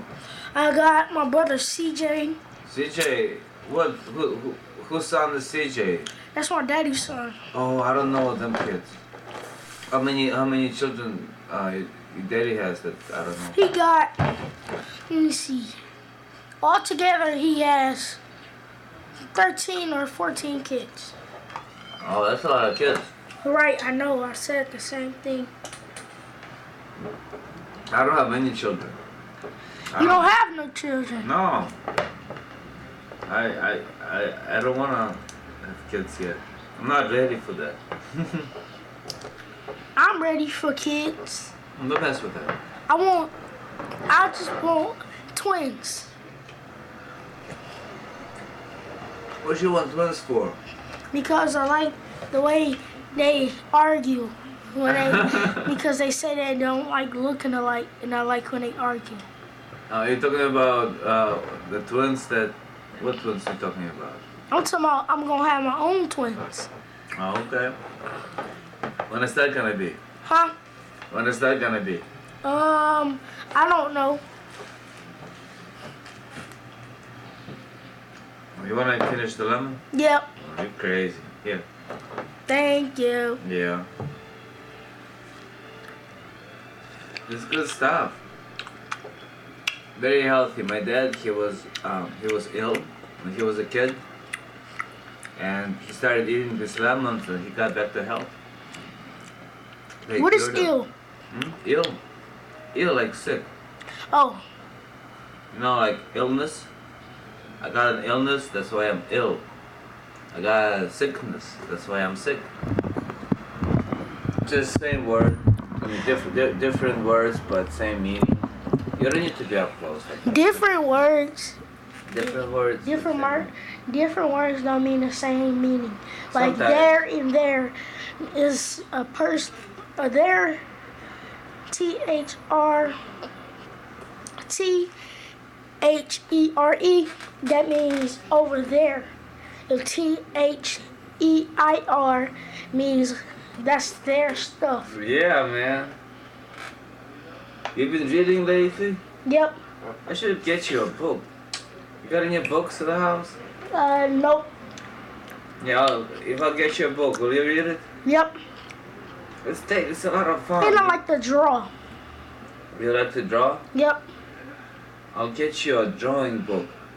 It's about how to draw superheroes, and I'll get you a reading book with some stories. It's sometimes when you read stories, it's much funner than watching TVs, the movies. Yoga is better too. Oh, you like yoga? Yep. What? Where did you learn about yoga? Yoga, you could do the tree, the eagle. You can do the eagle Yep. and the tree? Yep. Oh, that's nice. Did you learn that in school? Yep. At my old school. Well, that's the only good thing they know they teach in school, but you Yoga. said yoga, yeah, that's good that they teach that stuff. When I went to school, they didn't teach yoga. They taught gym. Gym was okay. Gym, you don't get No? a grade. That's one failed grade. Alex, what time is we gonna be done? Well, I'm gonna be done in 25 minutes. You can be done right now. Otherwise, we can just talk to each other. What you wanna talk about? Fruit. Fruit. I want to talk about fruit. What fruit do you like? What fruit do I like? You don't need to be. Don't do it too close. Okay. Don't do that. Don't do that. What fruit? Yeah. I like tomatoes. I like lemons. Yeah. I like grapefruit. I like apples. I like watermelons. I like oranges. I like mangoes. I like pears. I like bananas. I like onions. I like passion fruit. Passion fruit. I like fruit punch. Fruit punch. You know, there's no fruit in fruit punch. You know what fruit punch is? Yep. What is it? A juice. No. It's a bunch of chemicals and sugar. It's I like bad. soda. Yeah, it's bad stuff. I don't drink soda. Because it's not good. It's not healthy. I like coffee. Coffee is okay. Tea. You like coffee? Really? I like tea. You like it with sugar, right? Little sugar. Take away all the sugar. It's much better. Sugar. Yeah, because, you know, it's like sweet things. Everything has sugar. But look, you're eating this lemon, right? Yep. It has natural sugar in it. You don't need to sprinkle sugar on Apples got natural sugar. it. Yeah, everything. Sometimes things are sweet. Sometimes things are not sweet. They don't have to be sweet. Like when you're drinking tea, you don't need to put sugar in there to make it sweet. Then you're just drinking sugar water. If you drink tea, there's a lot of different teas. You drink tea without sugar, you get to taste tea. How it is. It's good without sugar. With sugar, it's just sugar. Sugar is not good. Sugar, it give you cavities and make Yeah. you get your teeth pulled. And I Yeah. don't like my teeth pulled. And then eventually it gets you diabetes, so you might have to shoot needles, you know, like needles, you have to shoot Yeah. yourself insulin every day and get your heart attack. Sugar is like death, man. If I were you, Sugar is not wouldn't good. eat I'm gonna sugar. stop eating sugar. Mm-hmm. Sugar, it's really bad. Stop eating sugar, start eating lemons. Lemons, my grandma don't have the money to get lemons. You got the money, don't you? Not that much money, but I got a $2 bill. Well, a lemon costs about $1. Instead of buying yourself a candy bar with a bunch of sugar, you can get yourself a lemon. Don't mess with this, baby. I know better than that. Yeah, but you're still messing with it. Oh, you don't want to see. Well, first you eat all the good part, right? Then you give me all the crap. No, thank you. Take this, put it in the napkin, and throw it in the garbage. It's still juice. Well, you drink it then. But I like the yellow part because it's kind of bitter. I like the bitterness of it. I see rats Where do you see a rat? right there on your finger. On my finger? You see a rat on my finger? Yup, What? right there. What is that? What is a rat? What are you talking about? Like a mouse? You don't know what a rat is? No? A rat on your eyeball. Ah, you. Ah. I don't know where that comes from. You say,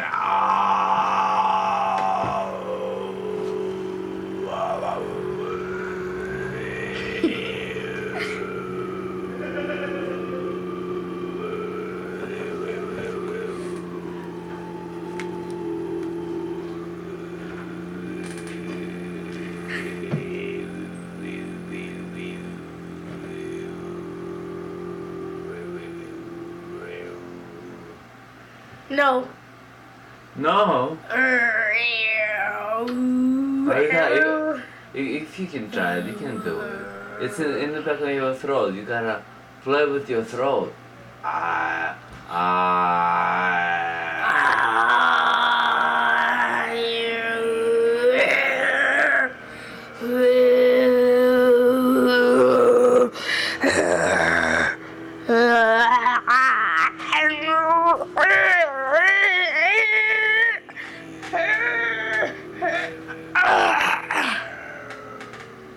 How do you do that, dude? Hmm? How do you do that? I practiced, but if going to you Taco Tuesday. try it, you can figure it out.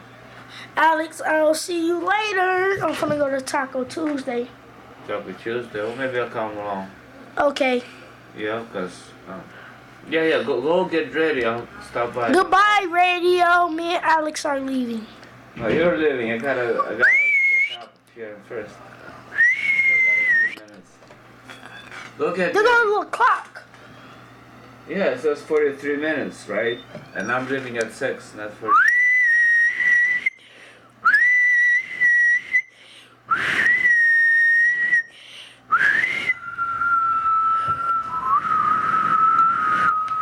Put these on. Look. Put them No, on. I don't do that. Very nice. Alex. Yes, sir. Alex. Chili. Oh, sorry, Alec. No, don't call me Alex. Call me Chili. Chili. Yes, that's me. Chili chill. How old is you? I'm ageless. Got an age. You 26. If you want me to be, sometimes I am. Sometimes I'm 26. Sometimes I'm 57. Do you get Sometimes girlfriends? Do you got a girlfriend? I've got a few. What is their name? I'm not gonna go around spreading rumors. Tell me in my hair. Oh, I'm gonna kill you.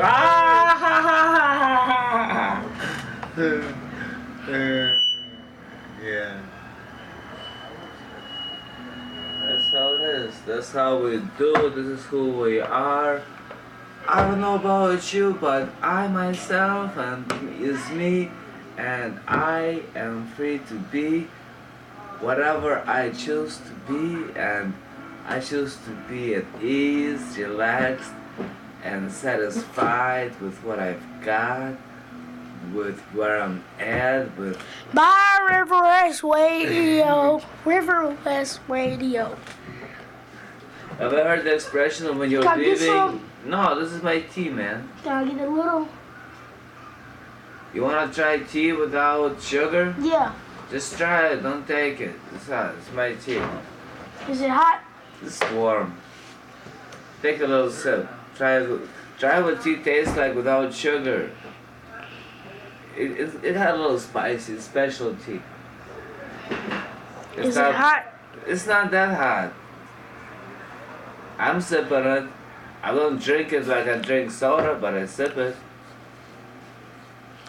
See, It's alright. It's not bad, yeah. It's not sweet. It's just got some little flavor. Little water taste. Well, this is not a strong tea. This sometimes you get strong tea. Strong tea tastes like coffee. You ever had coffee without sugar? No.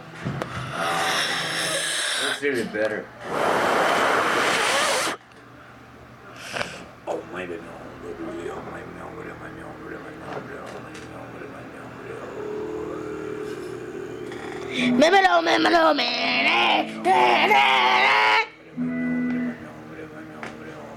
Hey Elmo, stop playing the guitar.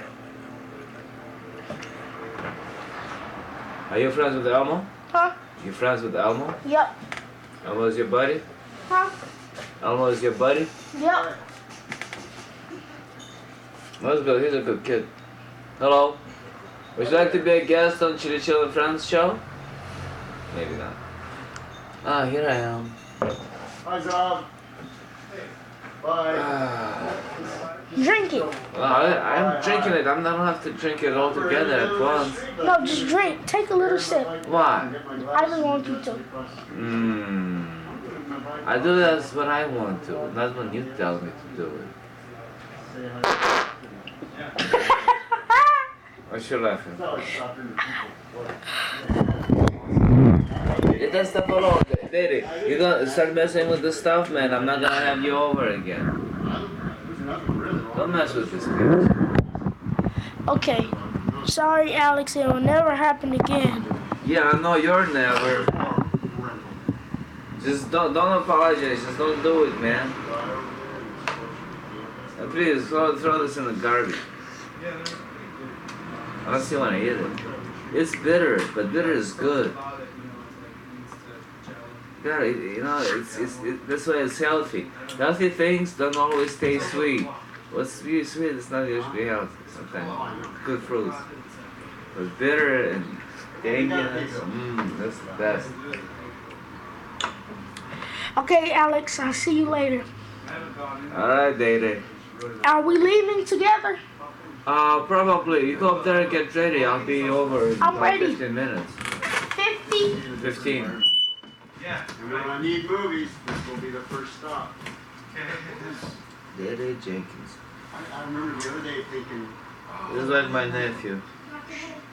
a certain Oh, he's Kel's nephew, and Kel is Have you like, ever heard of Shriek of the Weasel? she's like my sister. It is such a bad. I mean, after you've been friends with somebody for a really long time, Shriek of the Weasel. But that's for next a lot of time. times they have friends who See you, are man. of the same sex. My best friend is of the opposite sex, and I'm happy to have her as a friend. Really love her. Here I am gonna talk how much I love my friends. I love all my friends. This show is called Chili Chill and Friends. It means that I love all of you. And it's true, I do. For many years, I've kind of just lived my life. Lived my life as we all live our lives, trying to do something for me, and then about 5 years ago, I learned how to meditate, and I've been meditating and reading books and going to different lectures, and I primarily specialize in Buddhism, Buddhist thought, but I find truth in all spiritual ways of thought, and except of course certain spiritual practices I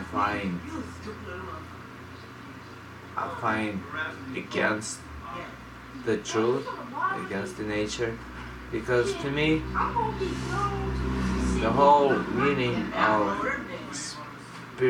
spirituality is liberation of mind and body and speech. Okay, I got it. It's freedom from confinement. I mean, God is open. God is freedom. God is spacious. It's not. But some religions, they really segregate. I'm back.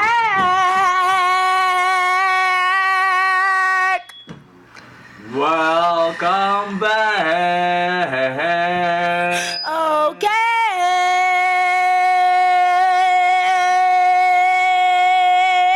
Okay. You can hold a note for a long time. Okay.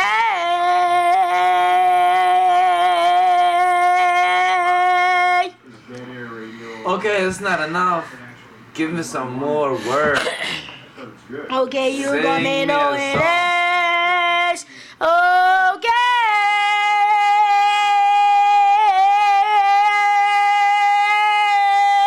All right, thanks, man. Yeah. You are in a video Okay. store. Hey, if you get too loud, they might call police on us. They say, "What's going on with that kid? What's going on with that kid? What's going on with that kid?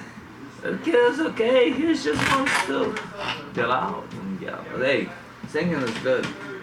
Singing is good. Sing me a song, Mr. Diddy. Oh, chill right there. Yeah. You want to get on the thing? No, don't move. Don't move it. Come here. Come here and look up to it. See yourself? I Yeah. see myself. See? All right.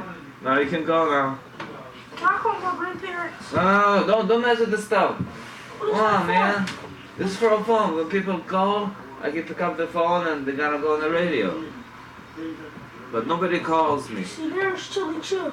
Hey, if anybody wants to call me, 935-951. Yeah, I only got one. I got 2 calls during the duration of my show. Look at that sword. Look at my bump. Ah, you can't see it, man. Come on, Chili Look Chill. at your gut. You got a big gut, Daddy. What'd you eat today? Some food. I ate a couple things. If you're gonna sit, sit. Okay. If you're gonna move around. Can't be standing up here like this. Chili Chill. It's me. Look, are you ready to go? Go on. Wait for me up there. I don't I'm gonna be waiting in the car. I'll sit up here. Okay, please. Oh, go in the car. Hey, Daddy. Huh? Come here. Come here. Go in my car, okay? You know where my books are? Yeah, Get yourself that blue book you were reading from yeah. and read. I'm not reading it here. No, read up there to yourself, number 63. Okay. Okay, I want you to tell me what it says when I come back. Trying to get these kids to read. Kids, no, like grown-ups, they don't want to read.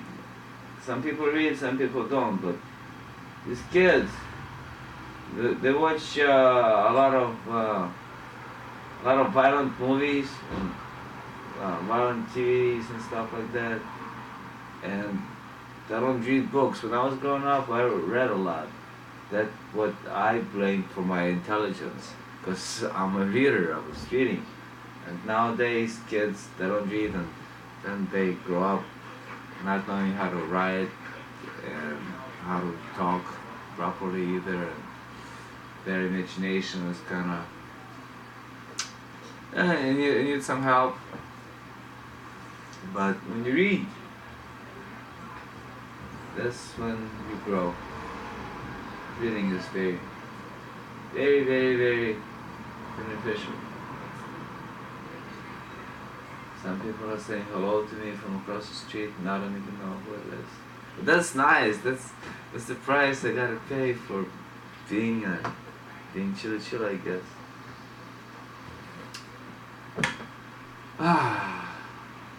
So, well, I I tackled the 7th chapter of Bhagavad Gita, and the 8th we will do later on, maybe in a week, or maybe I'll have some guests over, so we won't be able to tackle that one. But as life goes on, so are we, moving on forward, with backwards always being present. The future awaits us, and it is us who make our future manifest by making decisions right now. So, what decisions are you gonna make today? What decisions are you making right now? Do you choose to think of yourself more than you think of others? Do you choose to sometimes let go of thinking too much about your own pride and trying to understand someone else? Or our decisions have effect on who we are, and who we are has an effect on people that surround us, and altogether we affect this world that we live in. So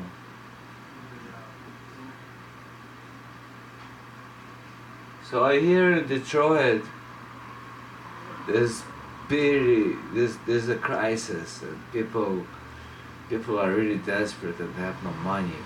So what they've done is they started coming together as a community, and from what people who have went to Detroit have said about this community that they have, is that it is not American. It's like a whole different world, country within, because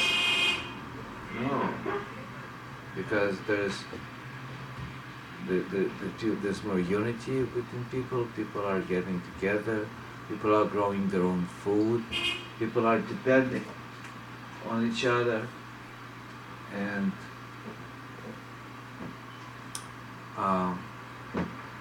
me and some people were talking about how to get to that state while we're here, for example, in Milwaukee, and it's kind of unfortunate that people start waking up only when they're forced to wake up, but that seems to be the truth with all of us. For myself, for example, I can say that I've drank for many years. I've gone into many bad things because I was drinking, and it only took a lock on my car for me to stop drinking. I knew that I had to stop drinking, but I just could not get away from my habit. But after I put up the lock on the car, that's what liberated me from my addiction. And these words, I just wish you all liberation from whatever keeps you behind from being who you want to be. Namaste. I bow to you. Have a beautiful evening and a gorgeous week and a peaceful night. Chirichil is out of here.